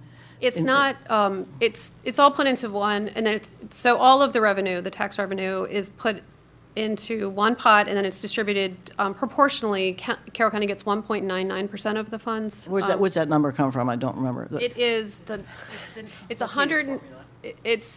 if you had more than 150% of the average number of arrests, then an area was marked as disproportionate. And then they also looked at the total number of arrests. In the past. In a 20-year span. 20-year Right, span. and so we didn't have much. Arrests specifically related to Yes. cannabis. Right, I thought it was something to do with that. Yes, Okay. and I think I brought my chart. It has nothing to do with what you sell now. It's what happened in the past Right, based on and it's- arrests. And you get more if you had more arrests. Right, and we don't get more money because more people in Carroll County buy adult use, it's all put into one pot and then distributed proportionally. Baltimore City, for example, gets 30% of the money. Baltimore County gets 15%, we get 1.99. So really, the big counties obviously get more of the funds than we do. Okay, well. And the state set that was nothing that, No, and it really is a small amount each year going on, moving forward. But it would be nice to have it purposeful, and I would like to do it prevention and education on what we're doing. right, and we have taken, that's one reason, we've really taken our time. We'd hoped for a little bit more guidance from the state. They are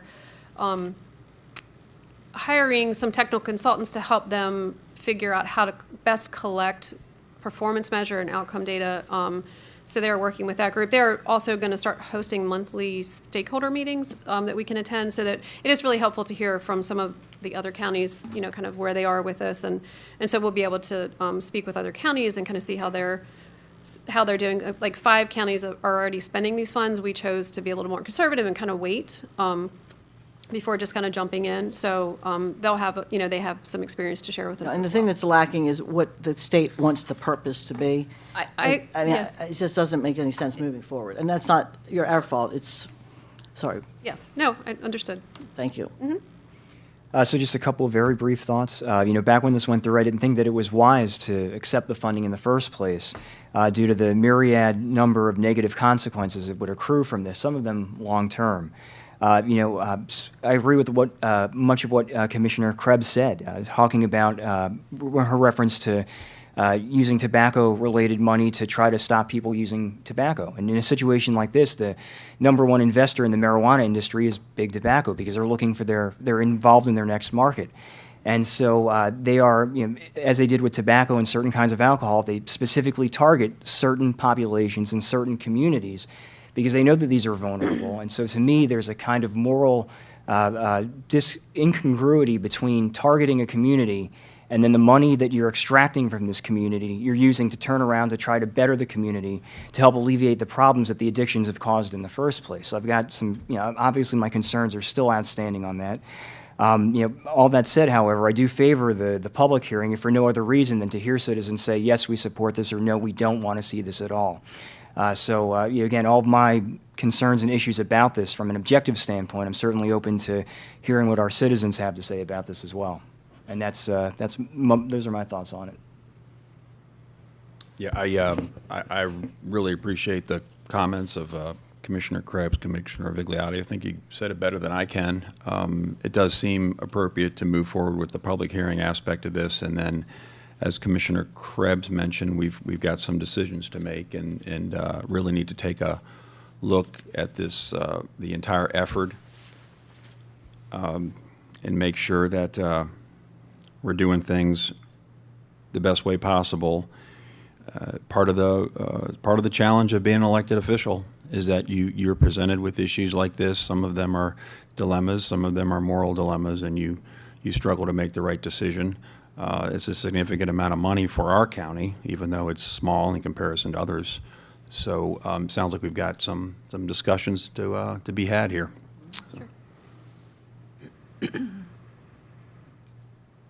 Commissioner Gordon, any thoughts? Yes, I just wanted to mention briefly, I appreciate the update, and I do agree with us moving forward regarding a public hearing. Just had one quick question. I know there was some conversation previously when this had come up before us some time ago. What would be the situation if, say, for some reason, Carroll County decided not to take this funding? Would this just go back to the state? Would we be penalized in any way? How would that work? Just out of curiosity. I honestly don't know the answer to that question. I mean, we could ask. I don't know. Okay, I'm not suggesting either way. I was just curious I mean, if you had any information. Yeah, no information that we've been provided speaks to what would happen if you chose not to accept the funds. So we could certainly find out if we needed to, but I am not aware of what that process would be. Okay, appreciate it. Any thoughts from you? I mean, no, this is a motion to hold a public hearing, not to banner about whether marijuana is good or not. I don't like the law, but we need to remember that a majority of Carroll County voted that they wanted it. And that's who we represent. I'll make a motion to direct staff to schedule a public hearing for the proposed uses for the Community Reinvestment and Repair Fund.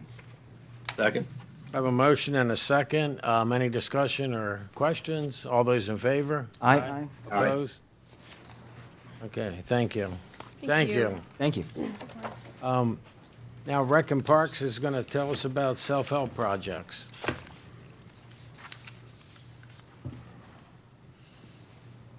You know what, we should have. Morning, Bob. How are you? Good morning, Good Commissioners. morning. We should have said that.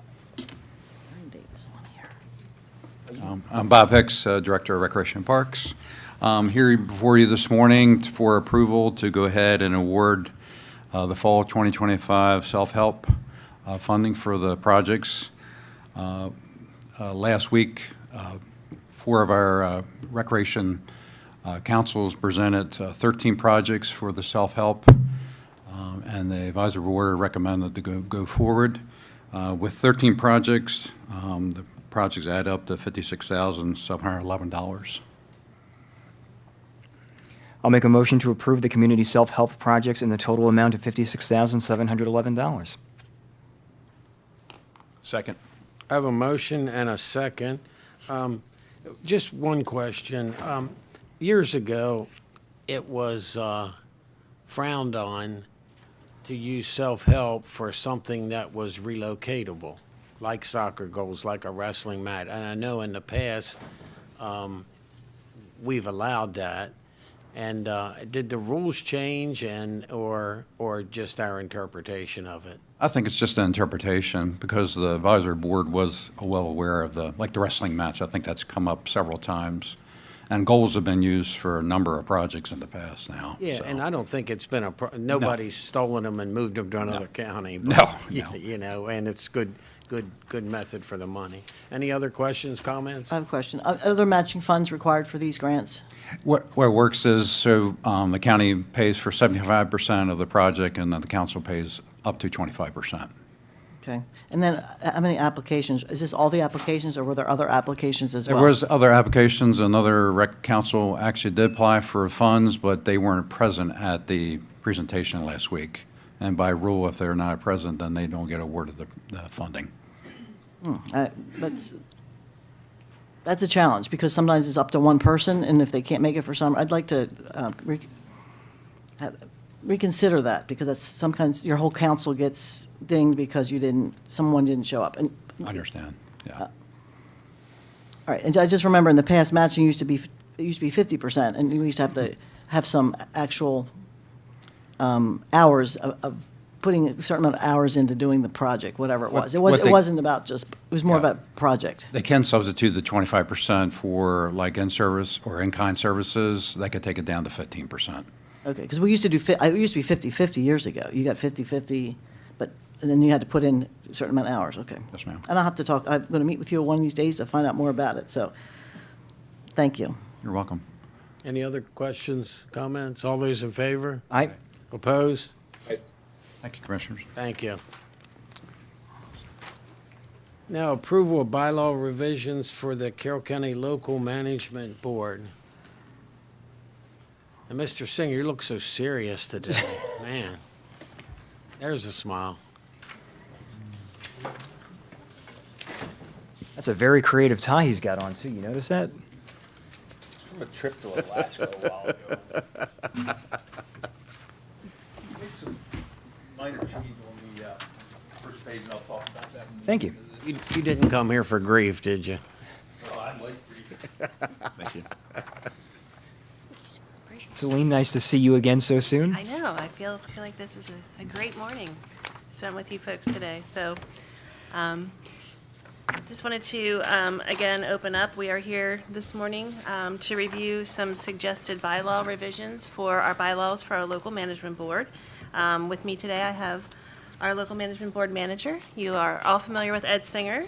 We also have Scott Yard is with us. He is the CEO of Human Services Programs of Carroll County, but today he is representing our local management board as he is our vice chair of that board.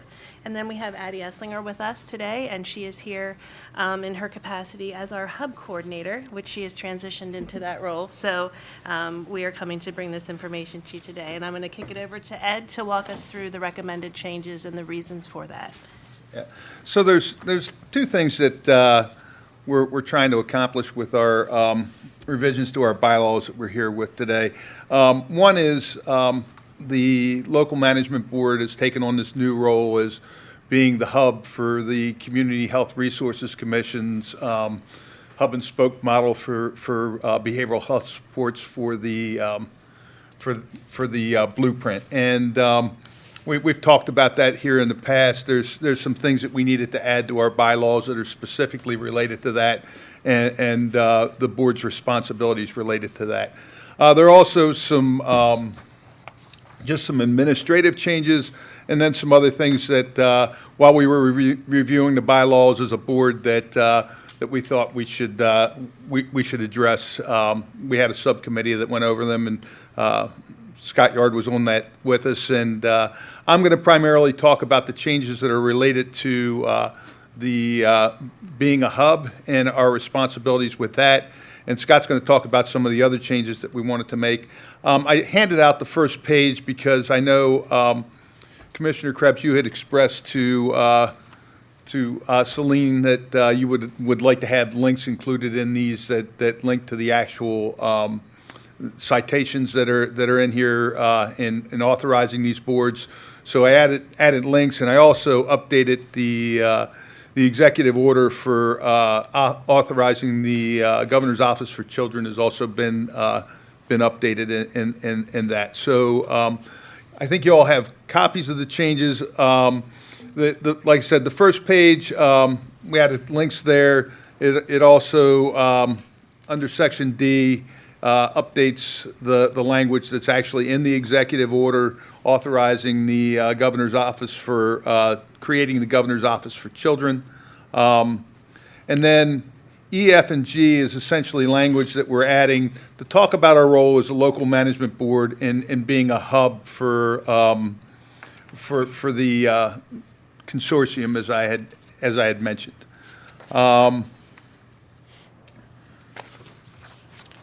On the next page, under E, there's talks about the role, specifically the role of the board is in Section 2. It talks about our role as advisory to the LMB in the hub in identifying and recommending community supports needed as behavioral health resources to meet the needs of Carroll County Public Schools. And so that's added there. Section 3, membership, because with the new role as part of the hub, we needed to add some student representation and some representation from parents. So we changed the maximum number, we want to change the maximum numbers on the board to 21 members because we'll have 2 student members and we'll have at least 2 members of the board will be parents of Carroll County Public School students in order to support our needs as a hub.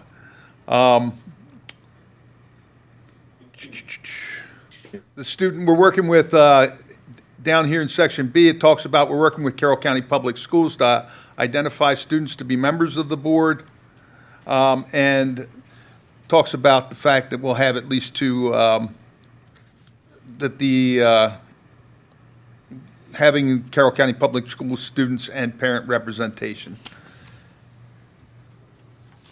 And then, so that's the piece where we add additional representation on the board and talk about what the role is the hub. I'm going to kick it to Scott now, where he can talk to you about what we've done in 3F and what the purpose is there. This is recommendations that came from board members as to adding some additional language in our bylaws. Oh, did I? No, that's the first one. Do you want me to go right into these as well? Yeah. Okay, sure. Sorry. Good morning. Good morning. Still trying to figure out how many batteries I have plugged in at the garage. I'm all nervous. But yes, Scott Yard, Vice Chair of the LMB, CEO of HSP. Very happy to work with Ed and Celine and the other LMB members to making sure that our children and families have the services they need in the county. We did add for 3F, as Ed was talking about, with representation, the lived experience, having students on the board, having parents on the board is very important, but we did add for 3F that each member will receive a formal board orientation within 90 days.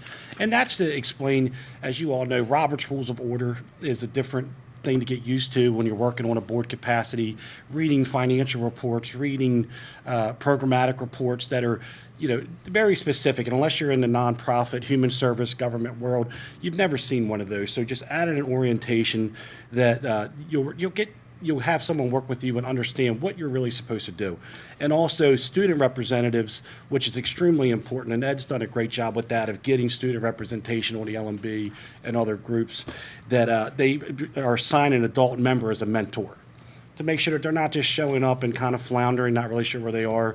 They have someone that's assigned to them that can really make sure that we're utilizing that student's time and getting the most out of them, so that us as adults can help make good decisions that are going to benefit their best intentions. From a meeting and voting perspective, on Section 5, we had added in there that any appointed, there's appointed positions in the LMB, so there's certain positions that must be there.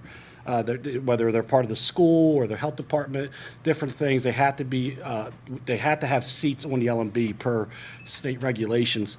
But oftentimes that person cannot, for example, I'm on the LMB as a board member, sometimes I may have a conflict. So we added that on 5A2 that you can assign someone to represent you. In Maryland, it's illegal to vote by proxy, so I can't tell Ed as the vice chair, Ed, I'm a yes for that, please add me to the vote. That's not allowed in Maryland for boards and things like that. So it would allow someone that is representing their assigned member to be able to vote in their absence, so that there can be a quorum and there can be a vote to get things moving. As you know, there's a lot of lengthy processes about you have to apply for funding, you have to apply for permission for funding and letters of intent, and all those things need votes. Scott, if I could just hear, we had voted on this as a board, and we've been, it hasn't been in our bylaws, but we had voted to allow proxy members, I guess essentially to sit in for folks who were formerly appointed to the board. And we kind of just wanted to codify this here in the bylaws and make sure you all were aware of it.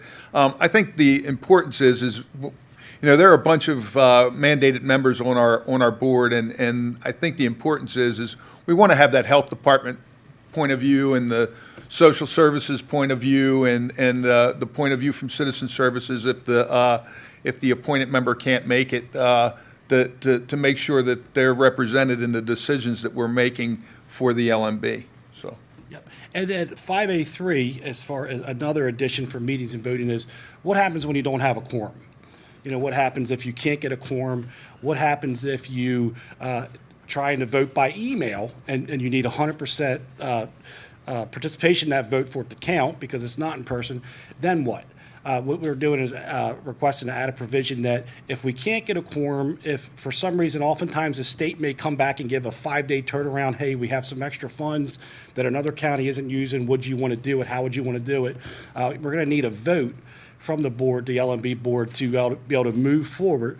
What we're asking to provide a provision to add is if we cannot get a quorum, that the executive committee of the LMB, which is the officers, if they have a quorum, they could vote to get things moving. Of course, that would be the exception and not the norm, but this is often being added to a lot of different boards to where you still need to be able to move forward and make votes in the absence of the ability to do so based on timing. And sometimes it's just because we can't, we may get something from the state that says we need a response within 30 days, and we don't have another opportunity to have a board meeting and have a full discussion about that, so we can bring together the executive committee. And it's not intended at all to go around the LMB, because like I said, all those folks, their input's important, but it's when a timely decision is needed and we don't have the ability to get the entire LMB together to have a vote.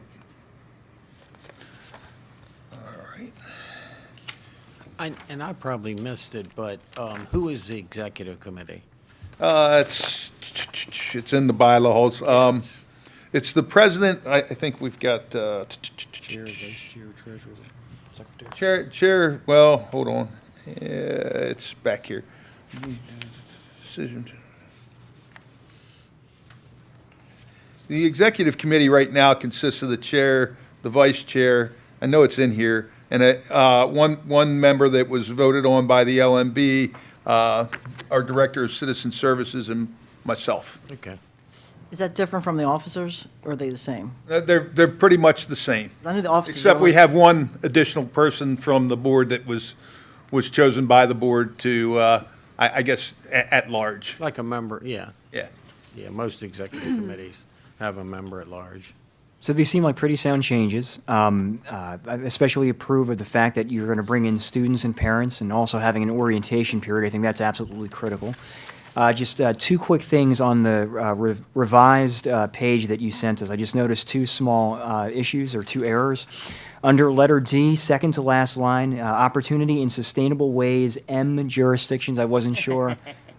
Whether I pulled that directly off of the, I copied and pasted directly from the executive order. Let me, I'll go back and take a look at that and correct it before we send it to you all for signature. But that, We gotta I get talking to the copied and governor about pasted it that. out of the executive order, so maybe it's misworded there, but we'll make the correction of the typo. Okay, and then Those the, M jurisdictions. It's probably supposed to be in. yeah. and then for letter F, second line, coordinated supports the Maryland community, UN. Okay. So just, but yeah, that's the only things that I saw. But That's yeah. supposed to be under, so I'll make those corrections before we send it to the county attorney for review and then for your signatures. Perfect. Thank you. Thank you. Very, very good work on this, and again, I think these are sound changes. And this board is a very important board. I mean, all boards are important, but this one is especially complicated, and the more you have written down, everybody understands what they're doing. It passes on from you to the next group, and there's consistency, and that's so important. So these are wonderful. I just had a couple questions. I like that you put in here about specifying how the requests align with the mission and the vision statements of the LMB. So is that something, the mission, is that something that's done annually or reviewed, or how often is that done?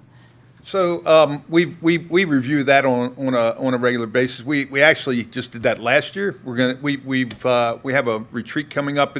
It was part of our whole process of doing this community needs assessment. So annually we're looking at that, and it may be that we need to change it or don't need to change it, but every 3 to 5 years we're doing this whole community needs assessment, and it's thoroughly looked at then when we're setting our priorities and trying to determine what the needs are of the community, and those change from time to time. And I think we're in our meeting we're having coming up this month with the board. It's what we're seeing in our current needs assessments a little bit different than what we saw before, and how we're going to use our resources might need to change, and that's always painful because people get used to, the LMB's always done this. Well, maybe we need to look at doing something different, and as you said, it's important we look at that on a regular basis. So those are looked at annually, and really more in depth when we do the community needs assessment. And one of the things we're trying to do, and we haven't finished yet, is set up sort of guidelines for everybody, everybody's sort of following the same type of things that are included. Yours are very voluminous because you have way more things that you're doing. But some of the little things that might change, you could put in policies and procedures that you could change more frequently, but at least it tells everybody what's going on. When new people get on boards, they have no idea what the policy, and they sit there and they have to learn it by what just happens. And that's really not, it doesn't get them up to speed very quickly. So having something to look at like this is how we operate, and then, again, a policy and procedure will be something that you could change more quickly internally and not have to go through all of this. And thank you for the links. And the reason I'm asking, I'd like to see links in all of these. That way, when somebody gets on the board, and even yourself, you can go back and it's right there. It's going to be on our website, post it, and it's all right there. You don't have to go looking in the code or in the manual. Just, let me see what we're supposed to do. And sometimes you refresh. We have some links that are in there that the law hasn't existed in 13 years, and the link it cites that code, and it's like, how does anybody ever look it up? So you were an example of doing things the right way, and you've actually done it better. So, well, I have to thank you, Commissioner, because the reason that I updated the information under the executive order was because I went out and looked at it, and I was like, oh, that's been superseded. no, and I think that's why it's so important to have the link in there, because if it's superseded, you want to know that it's been superseded. Right. If it's old stuff in there, you don't know. What am I looking at? So that way you don't have to keep getting people up to date. It's always right there in the link. It'll automatically update itself. If it's not there anymore, it'll go away and it won't exist. And you'll say, "Oh, this doesn't exist anymore. What's going on now? The executive order is gone." If they get rid of it, so I appreciate that. And the orientation.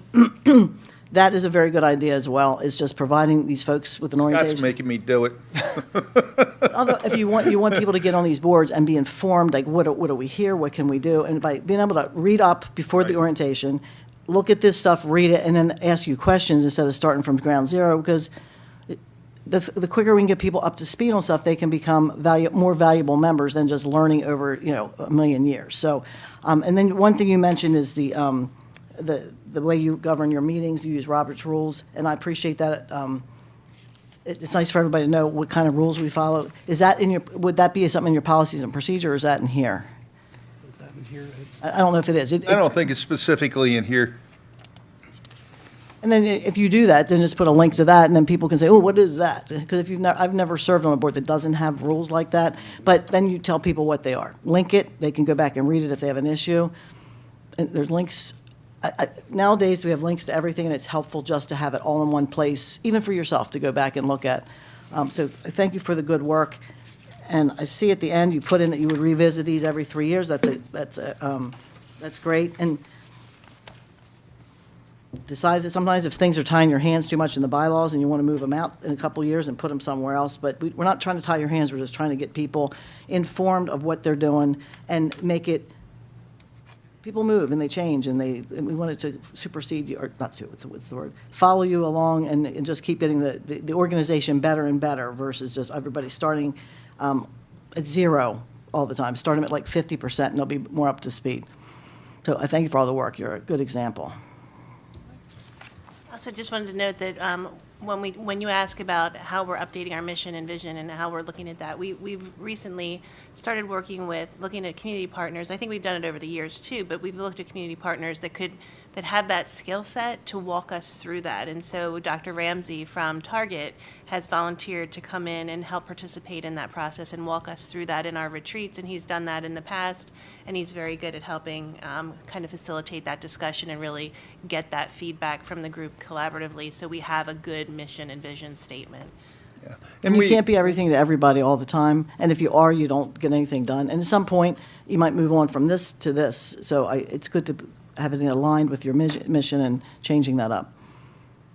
And we spent a lot of time on that last year at our retreat, and we just needed to tweak it a little bit when we went through our whole process of doing our community assessment this year. You took the time to do it right. We thank you for that. I'll make a motion to approve the proposed revisions to Carroll County Local Management Board bylaws. Second. I have a motion and a second. Any further discussion or questions?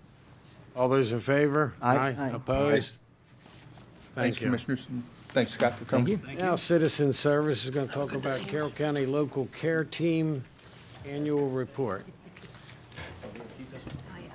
I'm going to give Sit in Maria the middle. driver's seat. Maria have the driver's seat, yeah.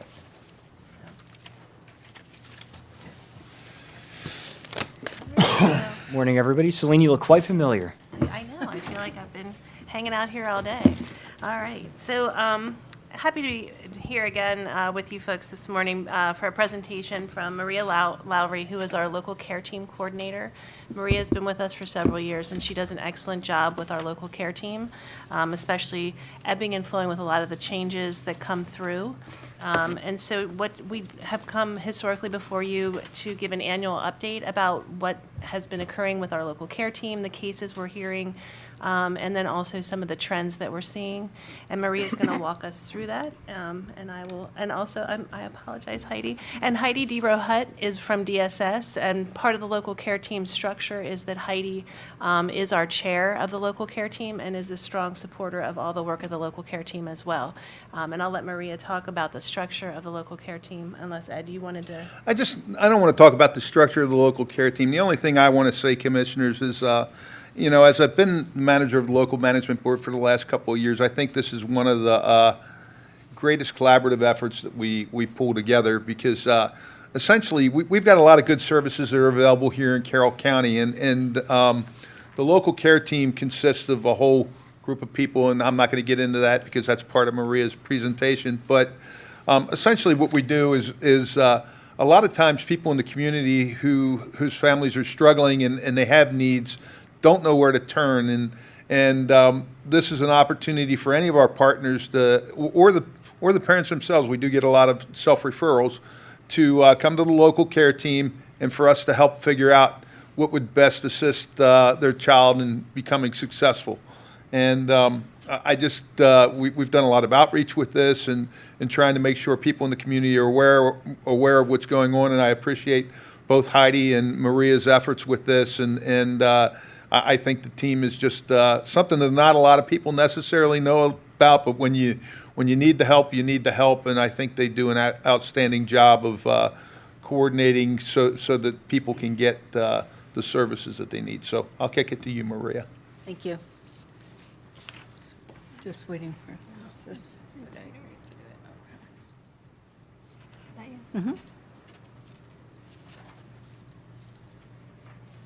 you. So, good morning. Morning. This morning, we'd like to share with you a brief overview of the LCT, the outcomes, and outreach during FY25. The local care team serves as a forum of coordinated access to services for families and children of youth with complex needs. Families benefit from interagency discussions and problem-solving to help address individual child needs and needs of the family unit. The LCT can refer children, youth, and families to care management entities when appropriate and provide information on available local and community resources.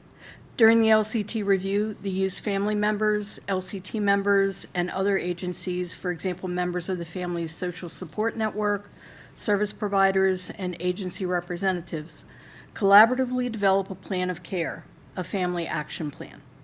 And then they work to coordinate the implementation of the recommended multi-agency services. The parent receives the family action plan within 3 business days following the LCT meeting. Approximately 1 week later, the parent receives a follow-up call to inquire how things are progressing with implementing the plan's recommended action items. Additional follow-up calls are made at the 1 month and 3 month period to check on how things are progressing and to inquire if the family needs additional support. Our goal is to keep the children, youth, and families together and connect the family with the most appropriate level of service to support their needs. There are 9 LCT members mandated by the Governor's Office of Children. The LCT includes at least 1 representative from each of the agencies listed. In addition to the 9 mandated LCT members, there are local agencies, organizations, and resources concerned primarily with the provision of services to children, youth, and families that serve on the LCT and assist with the development of the Family Action Plan. This slide provides examples of some of the local agencies that support the local care team. This list is not exhaustive. In addition to provider-based referrals, families may self-refer to the local care team. The chart displayed provides the monthly comparison of LCT referrals across years FY23 through FY25. During the previous year, FY25, the LCT conducted 30 review meetings for youth, a 32% decrease over FY24, but an 11% increase over FY23. There is an ebb and flow to the needs of our children, youth, and families. The LCT is able to flex to address when we experience an increase in referrals and push out into the community with outreach when we experience a dip in referrals. Male youth continue to generate the highest number of referrals. For the past 3 years, male youth have represented 60+% of the referrals that we receive. For FY25, the Governor's Office of Children requested data on the number of children and youth identifying as a gender other than their birth gender. 3% or 1 referral was received for a youth selecting this identifier. White youth continue to represent the majority of the referrals we receive at a rate of over 60%. Beginning with FY25, we added mixed race to the referral as an option. Of the 28 unique referrals for FY25, 20% or 25% of the youth were Hispanic, Latinx, or Spanish origin. We were able to provide translation for those families that needed this assistance. In addition, the translator assisted the families with completing the LCT referral. For the previous year, we had a 71% response rate for this question. We received the FY25 LCT, or we revised the LCT referral to include a selectable option for the ethnicity question. This resulted in an increase in the response rate to 93% from the 71. The selectable options may have helped to clarify this question. We will continue to use the data from the referrals to help us refine and improve our referral process. The majority of the LCT referrals, 53%, were for youth ages 12 to 16. The community resources and supports in attendance for the LCT meeting reflects the age and needs of the youth in review. We have agencies with staff members that are assigned to the specific age groups of youth, and they will attend when their expertise is needed. Of the 28 LCT referrals for FY25, 36% of the referrals reside within zip codes 21157 and 21158, the Westminster area. That's a total of 10 referrals out of the 28. Huntingtown, 21787, and Hampstead, 21074, had the next highest volume of referrals with 5 each. We share this data with our 9 mandated LCT members, along with the local agencies, organizations, and resources during our mid-year and end-of-the-year administrative meetings to help inform where we are experiencing needs for support for our children, youth, and families throughout the county. Families come to the LCT with varying levels of concerns for their children. The top 3 presenting concerns for FY25 were unchanged from the previous year: anger and aggression, multiple mental health diagnoses, and self-harm, suicide ideation were the top 3. The LCT's supporting agencies and resources will adjust the representatives they send to attend the meeting based on the areas of concern represented on the referral, allowing the parents to hear directly from the representatives that can best support the family with the youth presenting concerns. We continue to make LCT community outreach a priority. We expanded our footprint last year and will continue to do so moving forward. This past year, we expanded to the food distribution days at both Tawnytown and Union Bridge locations and the Enough Act community events, speaking with families about how the LCT can assist them. We continue to enhance our partnership with Carroll County Public Schools by supporting their efforts to decrease youth truancy. Carroll County Public Schools submitted LCT referrals for youth that had been unsuccessful with the attendance interventions provided by the school system. The LCT connected these families with community supports to address the youth's greater behavioral mental health needs and connected the family with resources for family therapy. Suicide ideation is one of the top 3 presenting concerns identified on the referrals. We partnered with CCPS, CCYSB, Carroll Hospital, and the Health Department to review the written communication documents shared with parents whose child is experiencing suicidal ideation. Some parents had shared with CCPS staff that they needed to know how to talk to their child about suicide and self-injury, and they needed to know how they could keep them safe. This collaborative process resulted in CCYSB updating their youth suicide intervention and prevention services guide to address some of these concerns. Carroll Hospital also revised the information they share with parents following a visit to the ER. We'd like to thank you for your continued support. As we have shared some of our highlights from FY25, we look forward to another successful year of integrated problem solving and support for our children, youth, and families. Thank you. Well, thank you all very much, and thank you for the work you do, and thank you for putting this together for us. On the referrals by zip code, Hampstead probably had 21074, probably had way more per population than anybody in the county.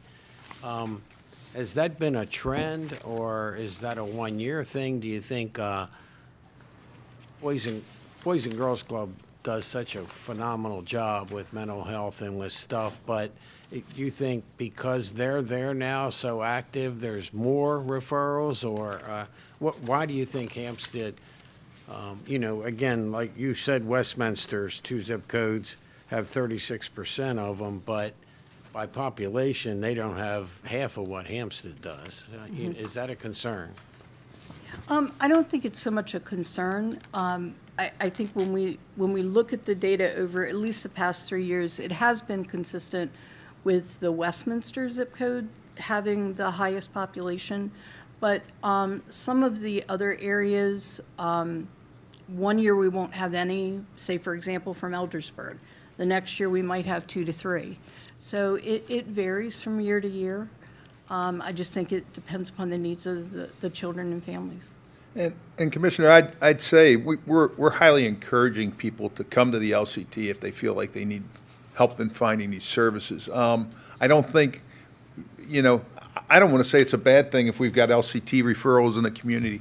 I think it's a good thing because it means that the families and the people who are working with them care enough to refer them to a group that can help make sure that they've got all the connections that they need so that their kids can be successful. And so it's saying we have a lot of referrals from a certain area might indicate that there are issues there, but it also indicates the issues are being addressed. It's better than not having people come to us. Yeah, and I don't think it's a bad thing, but it's just when it's such a high percentage of population, you just wonder why.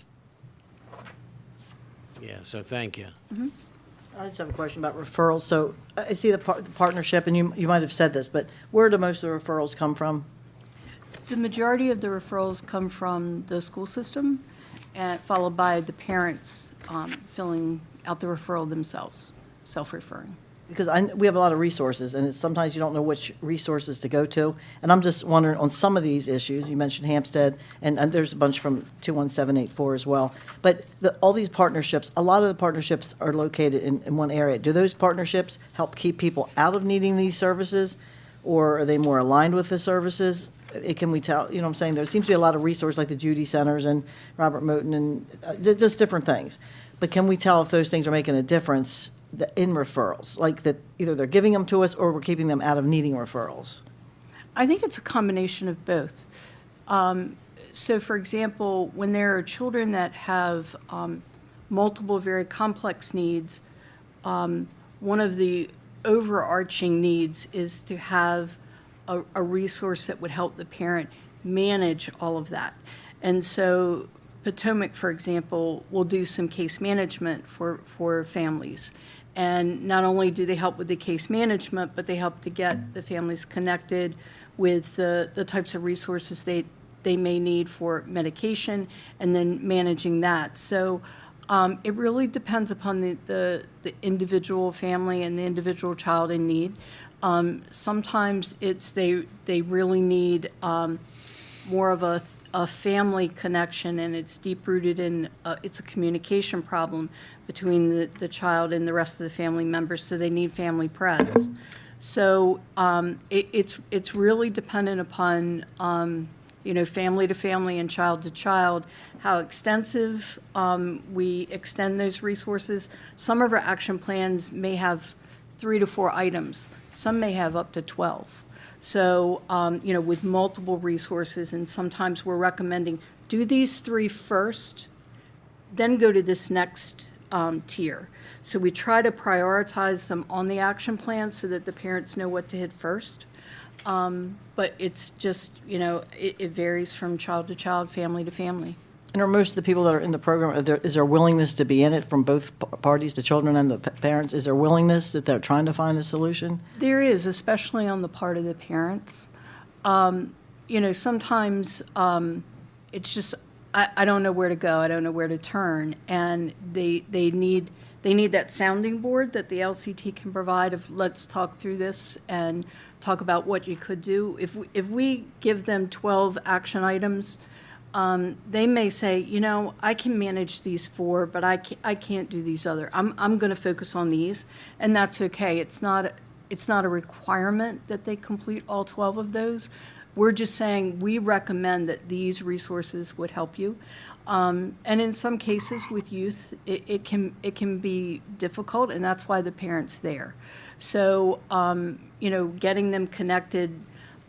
Going back to a service such as Potomac, they do a lot directly with youth to try to help them to see that all of these things are here to support them and help them when the parent may have a hard time communicating that with the child. And are these action plans able to be shared with the school system, like the teachers or the people in the local school? So we have a member of the school system present for all of the LCT meetings, and so there is a representative that receives the action plan so that they know what's on there for the parent, what they would receive, and so they serve as a critical piece to kind of, help encourage, where are you with this, how are things going?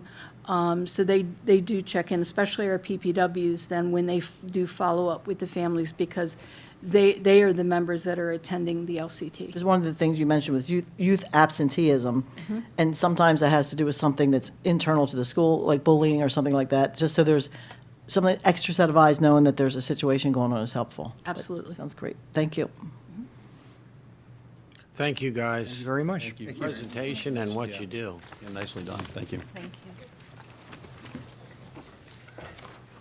you. Now, Tech Services is going to talk about managed cloud support services.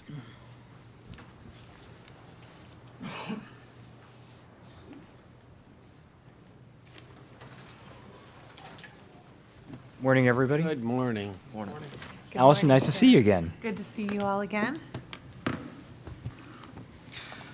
The Office of Procurement, in cooperation with the Department of Technology Services, requests your approval to purchase Laserfish Managed Cloud Support Services from MCCI LLC, care of Enterprise Bank, in the amount of $75,350. The amount is approved in the FY26 adopted budget. You notice, Commissioner Kyler, I let him speak first this time. No punishment. You're not supposed to remember things.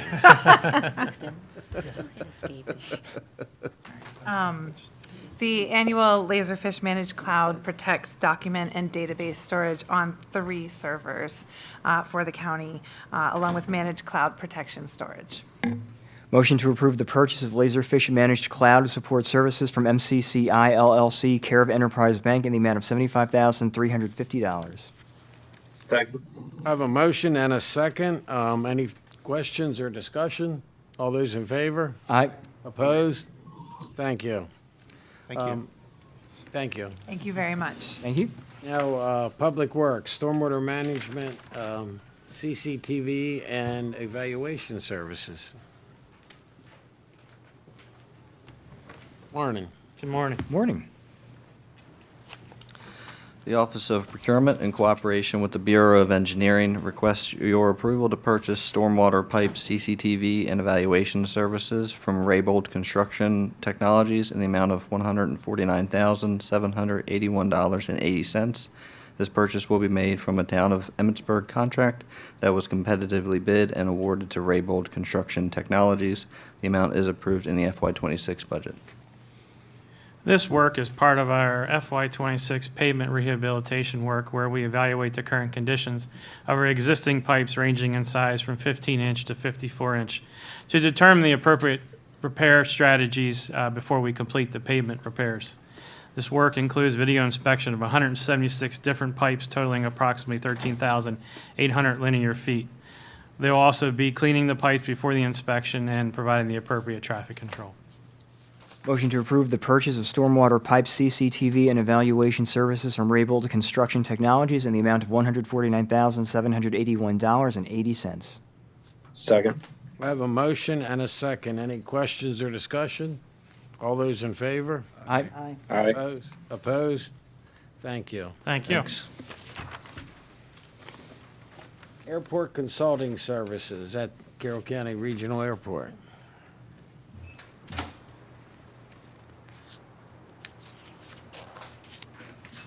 Good morning to you both. Good morning. Morning.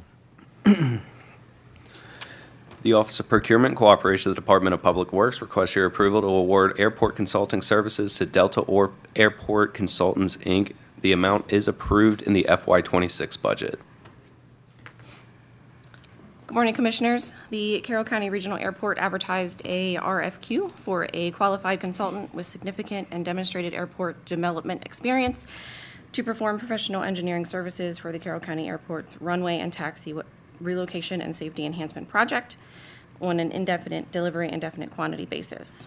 the Department of Public Works requests the Board of County Commissioners approval to award a contract for airport consulting to Delta Airport Consultants on an IDIQ basis. This will be a one-year contract with 4 one-year options. Motion to approve the award to Delta Airport Consultants Incorporated. Second. I have a motion and a second. Any questions or discussion? Yeah, what's the amount of the award? So there is no amount. We will come up with task orders as they come up for the project. What's the amount in the budget? In the approved budget? What is the amount in the budget? You just have to, I mean, I'm not aware of this. So we're just approving a contract on something that's got to stay within the budget? Is that how this Correct. works? Yes. Yeah, so this project, pretty big project. It's over, another 10 years or so. So we have a planned amount that FAA is going to give us. And So this we is have- just part of the big airport budget, not just a Correct. consulting budget for a Yes. certain amount? Yes, the airport budget. So I'm not sure, is it competitively bid? Yes. It was. Okay, go. So this is just ongoing, and you have to stay within a bigger budget? Yes. I'll learn about the airport. Thank you. Any further questions or comments?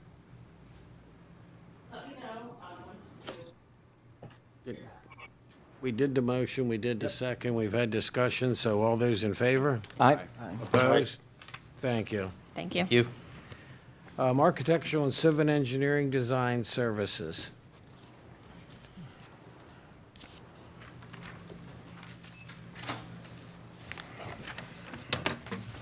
Morning, everybody. Morning. Morning. The Office of Procurement and the Division of Building Construction were before the board in 2020 and received approval to award a contract to Henry Adams LLC for architectural design and civil engineering design services for the Carroll Community College Systemic Renovations Projects in the amount of $386,083.12. Since that time, 2 change orders have been submitted, this being the second, in the amount of $64,040, which exceeds the 10% threshold of the original contract and per resolution number 1162-2022 delegation of authority requires the board's approval to spend these additional funds. These funds have been approved in the FY26 budget. Morning, Commissioners.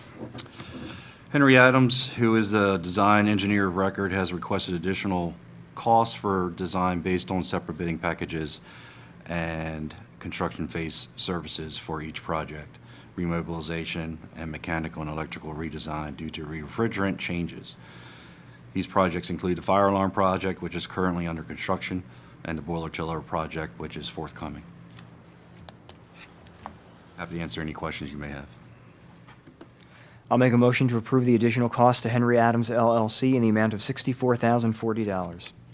Second. I have a motion and a second. Any questions or I just discussion? have a quick question. I noticed that the original documents were approved in 2020. Is this just an ongoing contract, and then certain things just keep, explain it to me how it works from, So it's been a multitude of different projects at the college. Like Kirk said, we're replacing the fire alarm system now. The boiler chiller is one that we just recently went out to bid. So it's just systemic renovations to make the building and the facilities up to code and just better at this point. So So when it's a when long-going so process. when the bid went out, did we have stuff in the budget at that point? Yes. And we had state participation in all those systemic I just didn't know how a five-year ago contract still, because it doesn't financially works 5 years later because of inflation. Okay. Any further comments or questions? All those in favor? Aye. Aye. Opposed? Thank you. Thank you. Now, Enjoy the rest of your approval day. to, thank you. Approval to purchase 2 Ford Super Cab four-wheel drive trucks. Good morning, Commissioners. Good morning.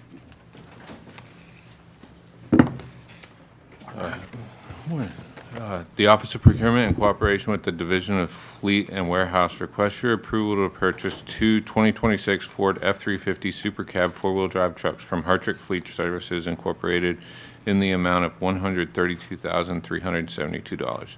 This purchase will be made from a Howard County contract that Carroll County will utilize. This amount is within the FY26 approved budget. Both trucks are designated for community parks, one as a replacement unit, 16 years old with 145,000 miles on it, and the other as an addition. Each will be outfitted for snow removal and ice prevention, and will also be used to transport equipment, tools, and supplies throughout the county. These trucks are essential for maintaining parking lots, trails, and addressing storm damage within the parks, as well as supporting ongoing preventive maintenance and unforeseen repairs. The existing unit will be decommissioned and sold at auction. It could bring between $2,000 to $8,000, but in its current condition, most likely towards the lower end of that. Motion to approve the purchase of two 2026 Ford F-350 Super Cab four-wheel drive trucks from Hertrick Fleet Services Incorporated in the amount of $132,372. I have a motion and a second. Questions or discussion? All those in favor? Aye. Opposed? Aye. Thank you. Now, two Ford F-350 Classic Cab trucks. The Office of Procurement, in cooperation with the Division of Fleet and Warehouse, the Office of Procurement, in cooperation with the Division of Fleet and Warehouse, is asking for your approval to purchase two 2026 Ford F-350 chassis cab trucks from Hertrick Fleet Services Incorporated in the amount of $164,334. This purchase will be made from a Howard County contract that the Carroll County will utilize. This amount is within the FY26 approved budget. Both trucks will replace units currently used daily by the Division of Utilities.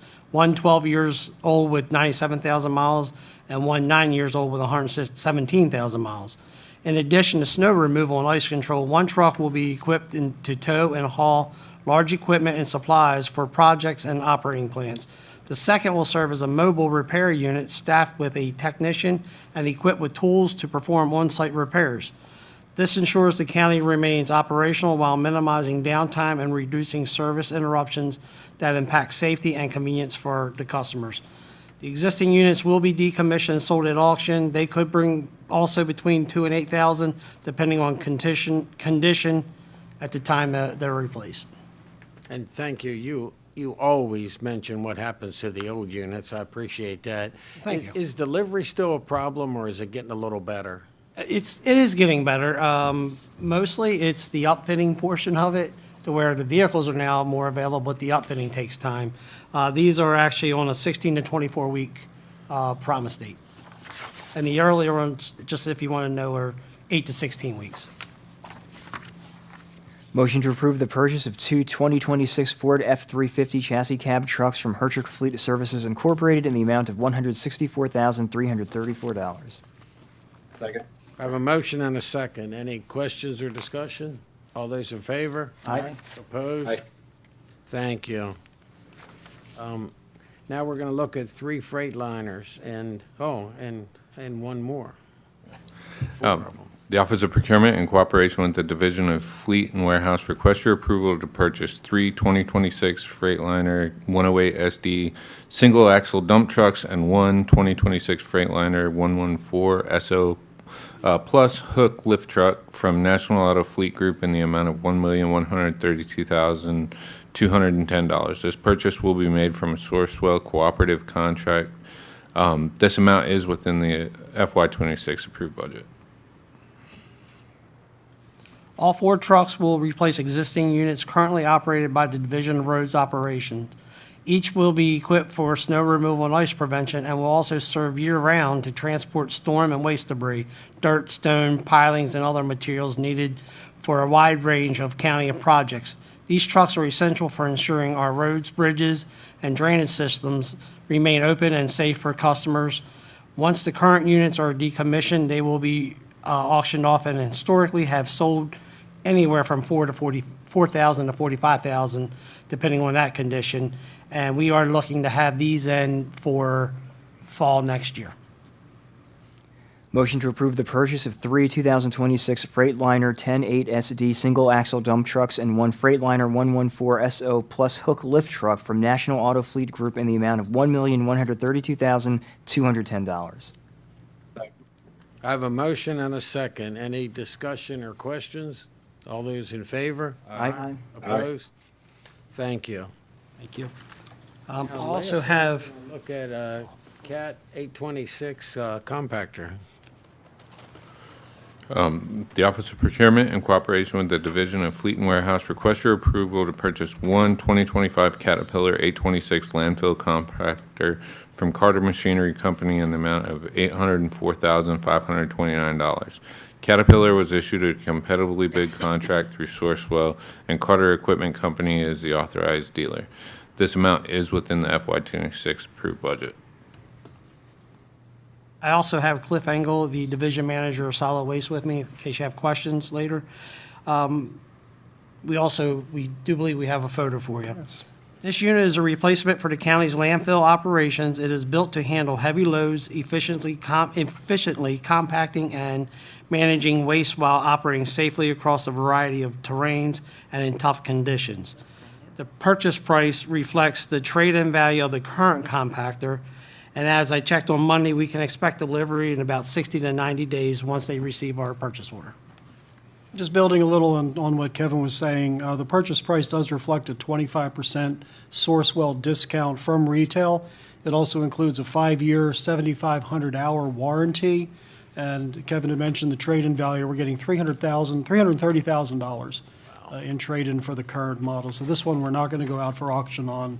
I did some research on some recent auction prices. I think we would do a lot better with the trade-in. Awesome. Awesome. Motion to approve the purchase of one 2025 Caterpillar 826 landfill compactor from Carter Machinery Company at a cost of $804,529. I have a motion and a second. Any discussion or Just questions? a quick question. This one, your turnaround time is 60 to 90 days, but the other one was next year. Why is that? Well, it's two different manufacturers, Yeah. for one. In the other are dump trucks.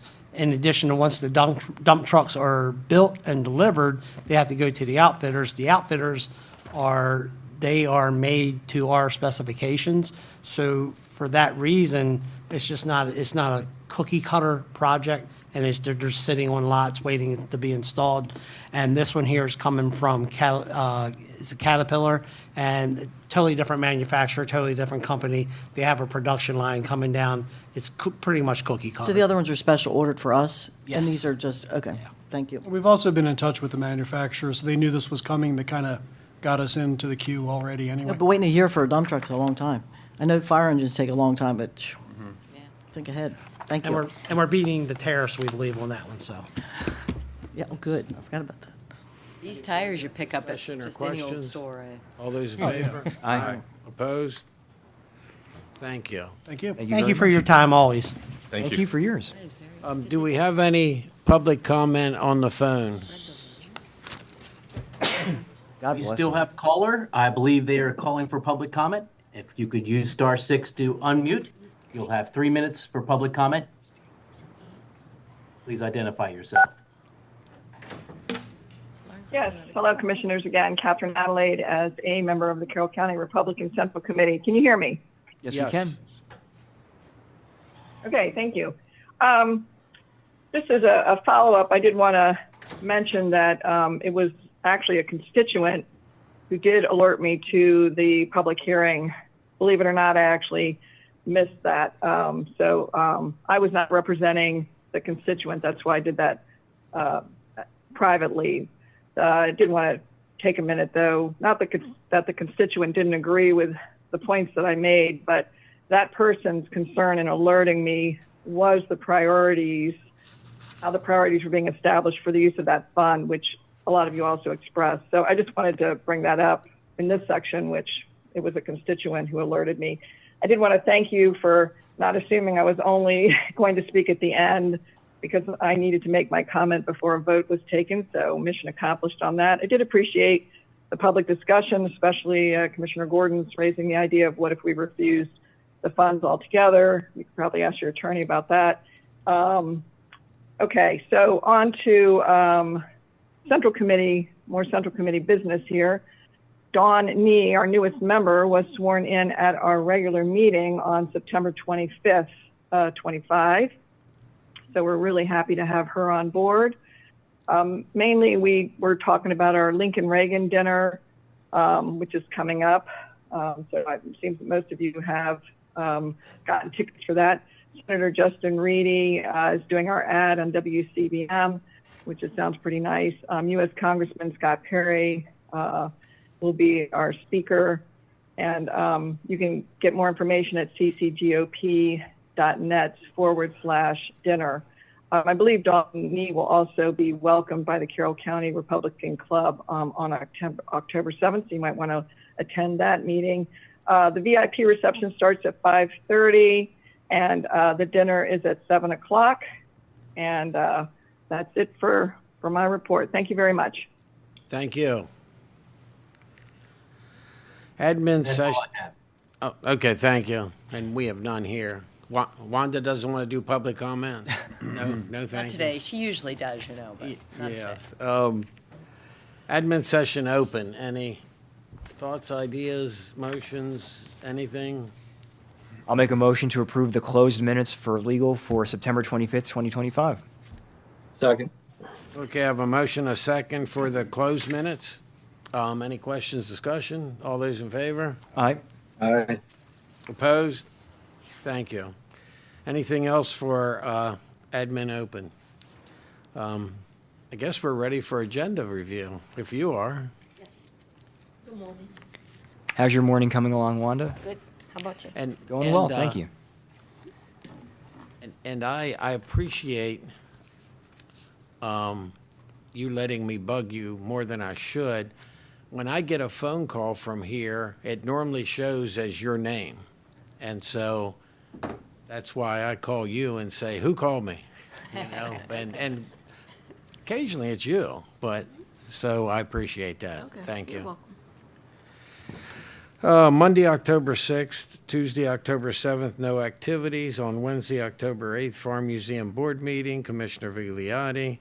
At 2 p.m., Carroll County Board of Trustees meeting, Commissioner Kyler, and the Board of Education meeting at 4. On Thursday, closed admin, open session, Priority Carroll, public hearing for the application for Springboard Community Services, a public hearing for county code updates, solar and energy storage devices, discussion for expanding the scope of the turf field project at the community college, electrical service upgrade to the Liberty Water Storage Tank, consideration of bond authorizing resolution, public comment, admin open, again approved closed minutes, agenda review. 6 p.m. is the start of the Vietnam Traveling Memorial Wall, right, Yep. on the 9th. Right, and Wanda, I'll be there too. And the email that I sent to Tammy was for more specific information about where she wanted us, when she wanted us there, Yes. that kind of thing, so. That's the night of the opening of the speaker. Wanda, please add me to the Vietnam wall as well. And is that confirmed? Yes. Yep. So that is the night of the opening speaker for Oliver, Yep. Lieutenant Colonel Oliver North. Yep. And you're on there too. Let me see, we're off. On Friday, October 10th, shows no activities. On Saturday, Westminster Fire Department open house. And at 1:30, the 10th anniversary of True Ambassadors of Carroll County Farm Museum, Commissioner Vigliotti. And Sunday, Commissioner Guerin has the podcast. For the next week, Monday, October 13th, county offices are closed for Columbus Day. Carroll Community College Foundation Scholarship Luncheon, Commissioner Kyler. Tuesday, October 14th, Farm Bureau Annual Banquet, Commissioner Gordon Krebs and Vigliotti. Wednesday, October 15th, Emergency Service ESAC meeting, Commissioner Guerin. On Thursday, closed admin, open session. Friday, Carroll, White Cane Day proclamation. Public hearing for the use of community reinvestment and repair funds. Public comment only on potential code amendment, Chapter 156. Clustering subdivisions. is the next item, public comment, admin open, agenda review for both weeks.